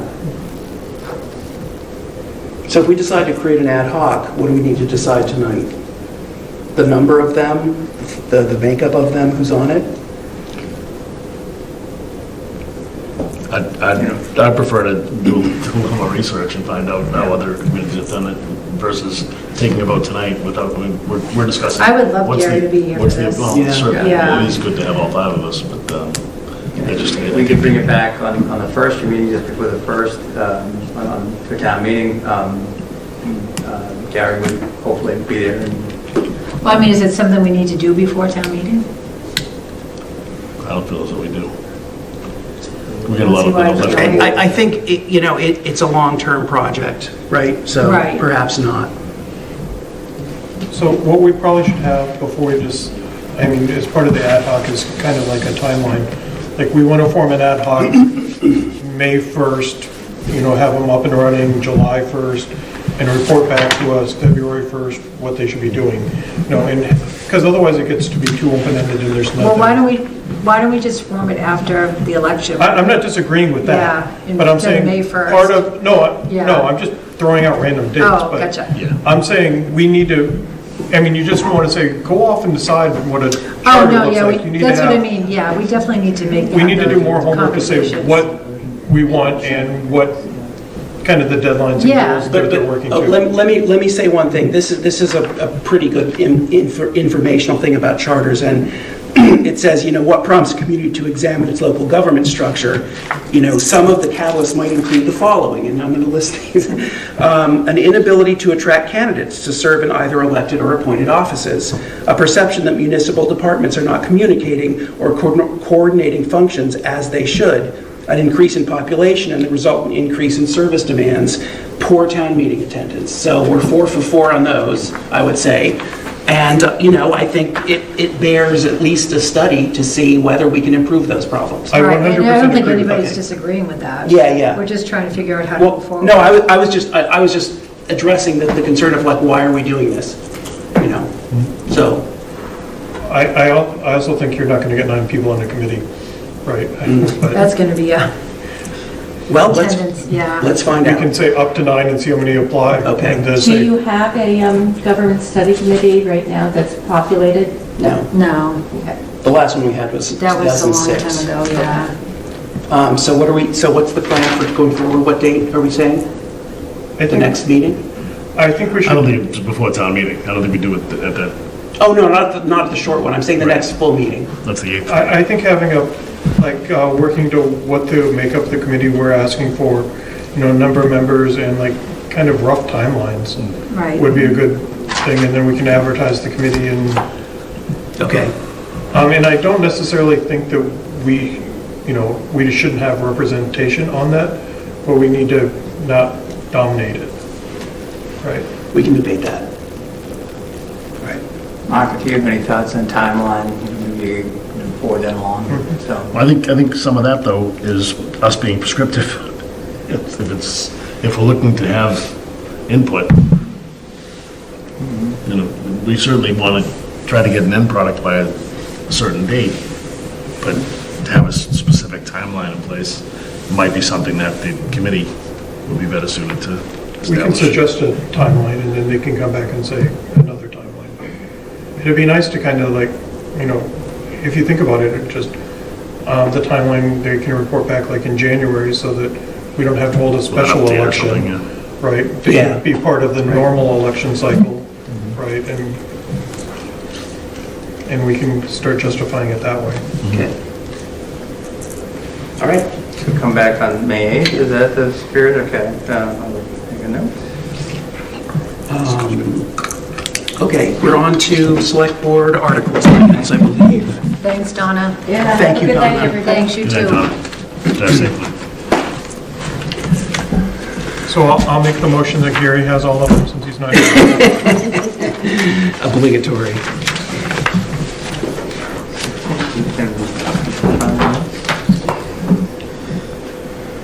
I'll jump on 22 and 23. You'll get those?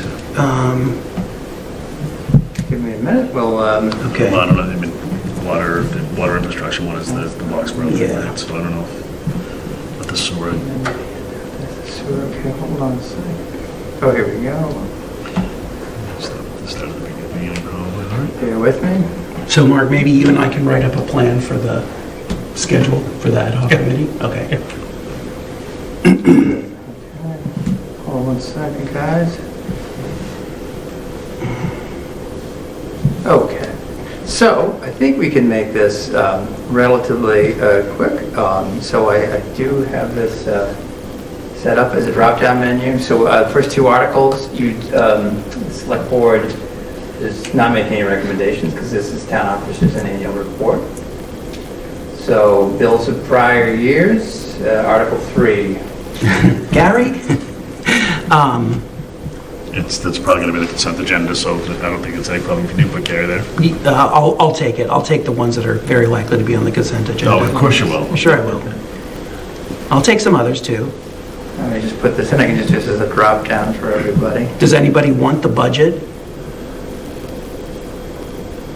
Going once, going twice? Okay, Gary gets that one.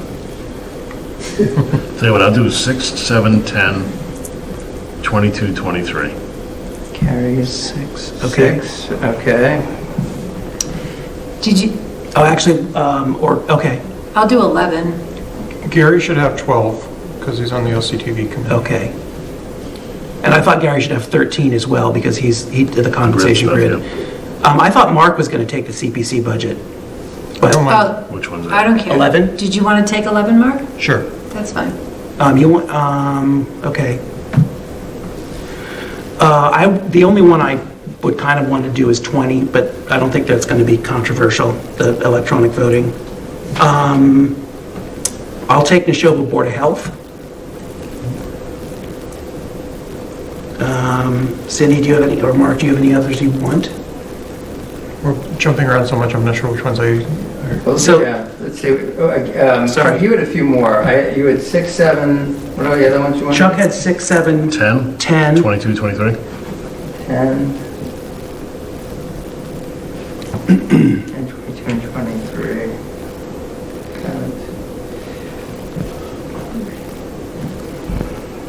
If you want to throw.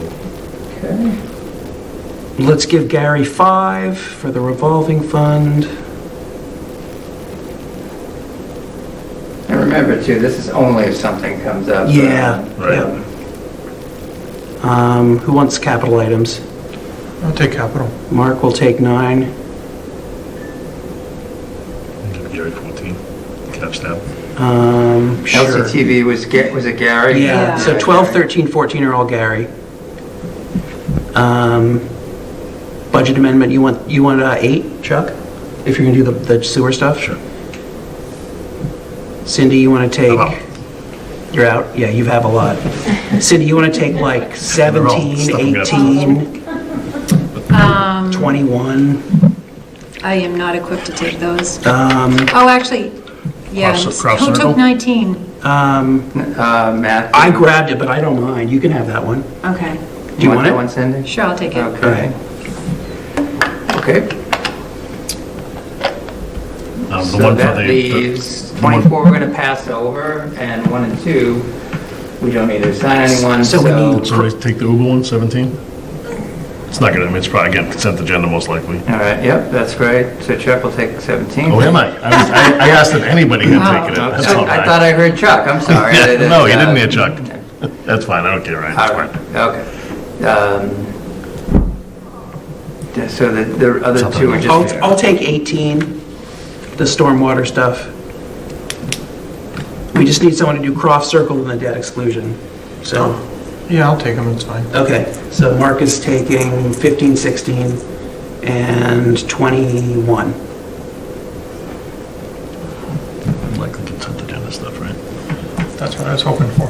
No, it's cap stabilization, no, debt exclusion stabilization. You're going to share this list? You, Dr. No. Yes. It's going to be a surprise. No, but we will absolutely share that. Okay, and any other balance, or that's fine? I mean, that's Cindy, one article, I don't know. If you want to take any of mine, Cindy, you're welcome to. Any other preference? Oh. Want to be, sorry, let me get in a little bit more, my apologies. In 24, we're saying no one needs to take, because we're not, that's... 20, correct, yes, correct. Let me see if I Yeah, can... it's kind of roll back to us, regular script. Sorry, and, I'm trying to figure this out. Cindy, sorry, bear with me. Mark, Oh, which here we ones go, do you here we go. have? Oh, I have you've no got- idea, I can't read them. Oh, I know, all right. Here, Mark we're getting there, has guys. 9, Bear with me. Here we go. 11, 15, 16, 21. The only one I would want to take from you, Mark, would be 11. But do you really want that? No, go ahead. I thought Chuck had 11. But No, Mark No, had Mark has that, it. so we'll give that to Cindy. I just Okay. don't, yeah. The other ones aren't my wheelhouse. Okay.